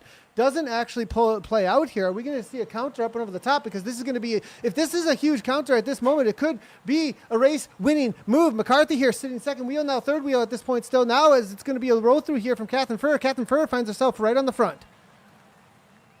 Fura just tries to counter-attack, and Maria Holdcroft is acute to that move of the Swiss rider who is the reigning champion in the Zwift Games. Kate McCarthy just sits in the wheel of Maria Holdcroft right now, where Guerrero is sitting patiently right at the back. 460 meters to go until they get to the finish here on the Glasgow Sprint. Who's going to make that first move there? Because that was a huge move from Fura, a huge move from McCarthy. It's been an intense day of racing already. They make this left-hand turn, and then they'll start to see that finish line. But who's going to go early? And now Soderstrom makes a move. Soderstrom, big move from Soderstrom, very, very early from Soderstrom, all the way to the line. It's going to be right to the line. It's going to be Soderstrom. Is she going to be able to hold on to the line? No, it's not going to happen for Soderstrom. I think it's going to be Kate McCarthy able to just barely pull this one off. Massive from McCarthy with the timing, takes it down. Look at the effort that it takes from the world champion. She wins the sprint showdown. She's here in Glasgow Crit Circuit. Look at that, emptied the tank, almost into oxygen deficit here. That was incredible, Nathan. Win from Kate McCarthy. Absolutely incredible. The timing makes the early kick, puts everybody on the back foot, and then, you know what? If we can, it'd be really good to see if we can get a replay on that, because the Mika going early, I thought perhaps be able to hold on to it to the line, but no, unable to do so as McCarthy came through with a massive kick, takes it down. It was neck and neck, though. Everybody right to the line, but it was just that little bit more that McCarthy had to take this down. She'll win, followed up by Holcroft. Massive from Maria Holcroft. Mika Soderstrom settling for the third. Fur and Guerra there for fourth and fifth. Looking at this top five, I mean, this is the best of the best, though. That's for sure. When it comes to a sprint championship, we are looking at gold, silver, and bronze at world championships, as well as top tens. Absolutely awesome to see from this ladies field. Yeah, you take a look at that field, Nathan, and you see the results of these five riders. But to get to this point in the sprint showdown was a difficulty in itself. And so, this is the absolute best of the best across physical abilities, tactical abilities. And you just see that. I mean, I have a big smile on my face because you see the power and the incredible racing prowess. And I think especially on a day like today, Nathan, where you've got International Women's Day and they've given us such wonderful racing here, it's been entertaining. Wonderful racing indeed, and as Nathan said, the best of the best, those five in the final there. Kate went early, Nathan, and I wonder whether that was a sort of lack of confidence, a bit like Brian Duffy just a few moments ago in the men's, thinking she didn't have what it takes to win the sprint in the end. Do you think it was that? Because it seems like she should have been confident given what we saw at the outcome there. I think Kate likes security when it comes to racing, though, too. I think there's a reality that if you can get away and you have the ability to get away, it's a better feeling. There's also just the security of being able to say that, if you've got the power to be able to roll away from a field and not have to bring it to a dice roll in a sprint, because it's still a little bit of a dice roll in a sprint situation like that. So Kate McCarthy, though, showing she's still got the power even after an attack like that. And there we saw the effort that she was putting in. Hopefully we'll also be able to talk to Kate and get her thoughts on things very shortly indeed. But in the meantime, I'm going to ask you to speculate on her earlier move as well, Hannah. Do you think it might have just been a way of softening up the opposition so that they didn't have quite as much power in their legs when it came to their sprint at the end? Yeah, and I also think, Dan, it comes down to riders who are able to deal with that intensity and already have made an effort, whereas others are, they can't recover quick enough. And I think when you have a split second to make a reaction, Dan, and seeing the world champion start to ride away, you've got no other option but to try and close the gap. And so everybody, it's not necessarily panic mode, but everybody uses the matches that they might have been saving for that final. Certainly no curse of the rainbow jersey for Kate, is there? Nathan, in terms of the last order, were there any surprises for you? Was it kind of what you expected, or did somebody underperform there? Catherine Furr, coming to the line, I definitely would have expected Catherine to be a winner on the day. But again, I think that there is a reality of how tactical this is and the timing and everything. So I really do think we were able to see that the timing of the world champion as well as Holcroft really played off for them. It did indeed. A much cagier start to the sprint showdown for the women's race than the men's. We can ask Kate all about that now because we've got her on the line. Just check that she can hear me. Can you hear me, Kate? Yep. Brilliant. Well, I'll start by saying huge congratulations, not just for the showdown, but for the entire day. You were putting out some incredible watts and getting all of those wins along the way. I'm sure you must have been a bit disappointed not to take the sprint championships after the points were added up after the 2 rounds. Yeah. I probably done my research a bit better, and I thought it was the final 5 was for the 2, but that's okay for it's a level up there. So yeah, no, happy she got it at least. All came good in the final there just a few moments ago. Tell us how your legs feel when you've already done 2 very intense races and then you've got to do a 3.3 kilometre sprint showdown. Not great, but I'm sure we were all feeling like that. So yeah, getting that mindset of knowing that they were probably feeling just as bad as I was probably the best thing. And we've just been speculating, the three of us here, about why you made that initial move about halfway through the sprint showdown. Whether it was not being confident in your own sprint in the end against the opposition, or if you wanted to soften their legs up before they got there. Probably a bit of buying my sprints, something I've worked quite hard on. But I think peak is better for me to have all the good peak rather than sprinting fresh, because I know like Mika's got a phenomenal sprinter, so you kind of make sure you're right before they hit it. So that was sort of part of the plan. Brilliant stuff. I'm going to say goodbye to you, Kate, because we've got some slight problems with the connection between us and you. But once again, huge congratulations. And again, look forward to seeing you competing again this time next week. Thank you. Right, that is almost a wrap for this first Saturday of the 2025 Zwift Games. But we wanted to point you over to the Zwift Academy final episode, which was released over on the main GCN channel just a few hours ago. If you haven't already watched it, here's a glimpse of what you can expect. Next time on Zwift Academy, the finalists tackled the last challenge to show the coaches they have what it takes to survive the brutal world of pro cycling. That was terrible. Come on! Last minute push, come on! The pro contracts are on the line. I have never experienced something like this before. I honestly hope that it could have been like more decided by this point. And two finalists will go home as pro cyclists. And the rider that will be turning professional is...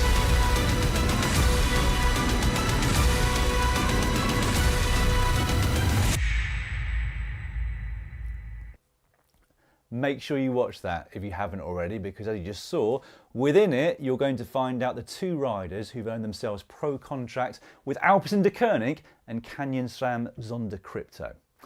Right, I hope you've enjoyed the action tonight as much as I have. Certainly high octane, isn't it? My thanks for watching, and thanks to Zwift, and indeed to Nathan and Hannah for their expertise this evening. We'll be back again next Saturday at the time of 1700 GMT for round 2 of the Zwift Games. I'll see you again then. Goodbye.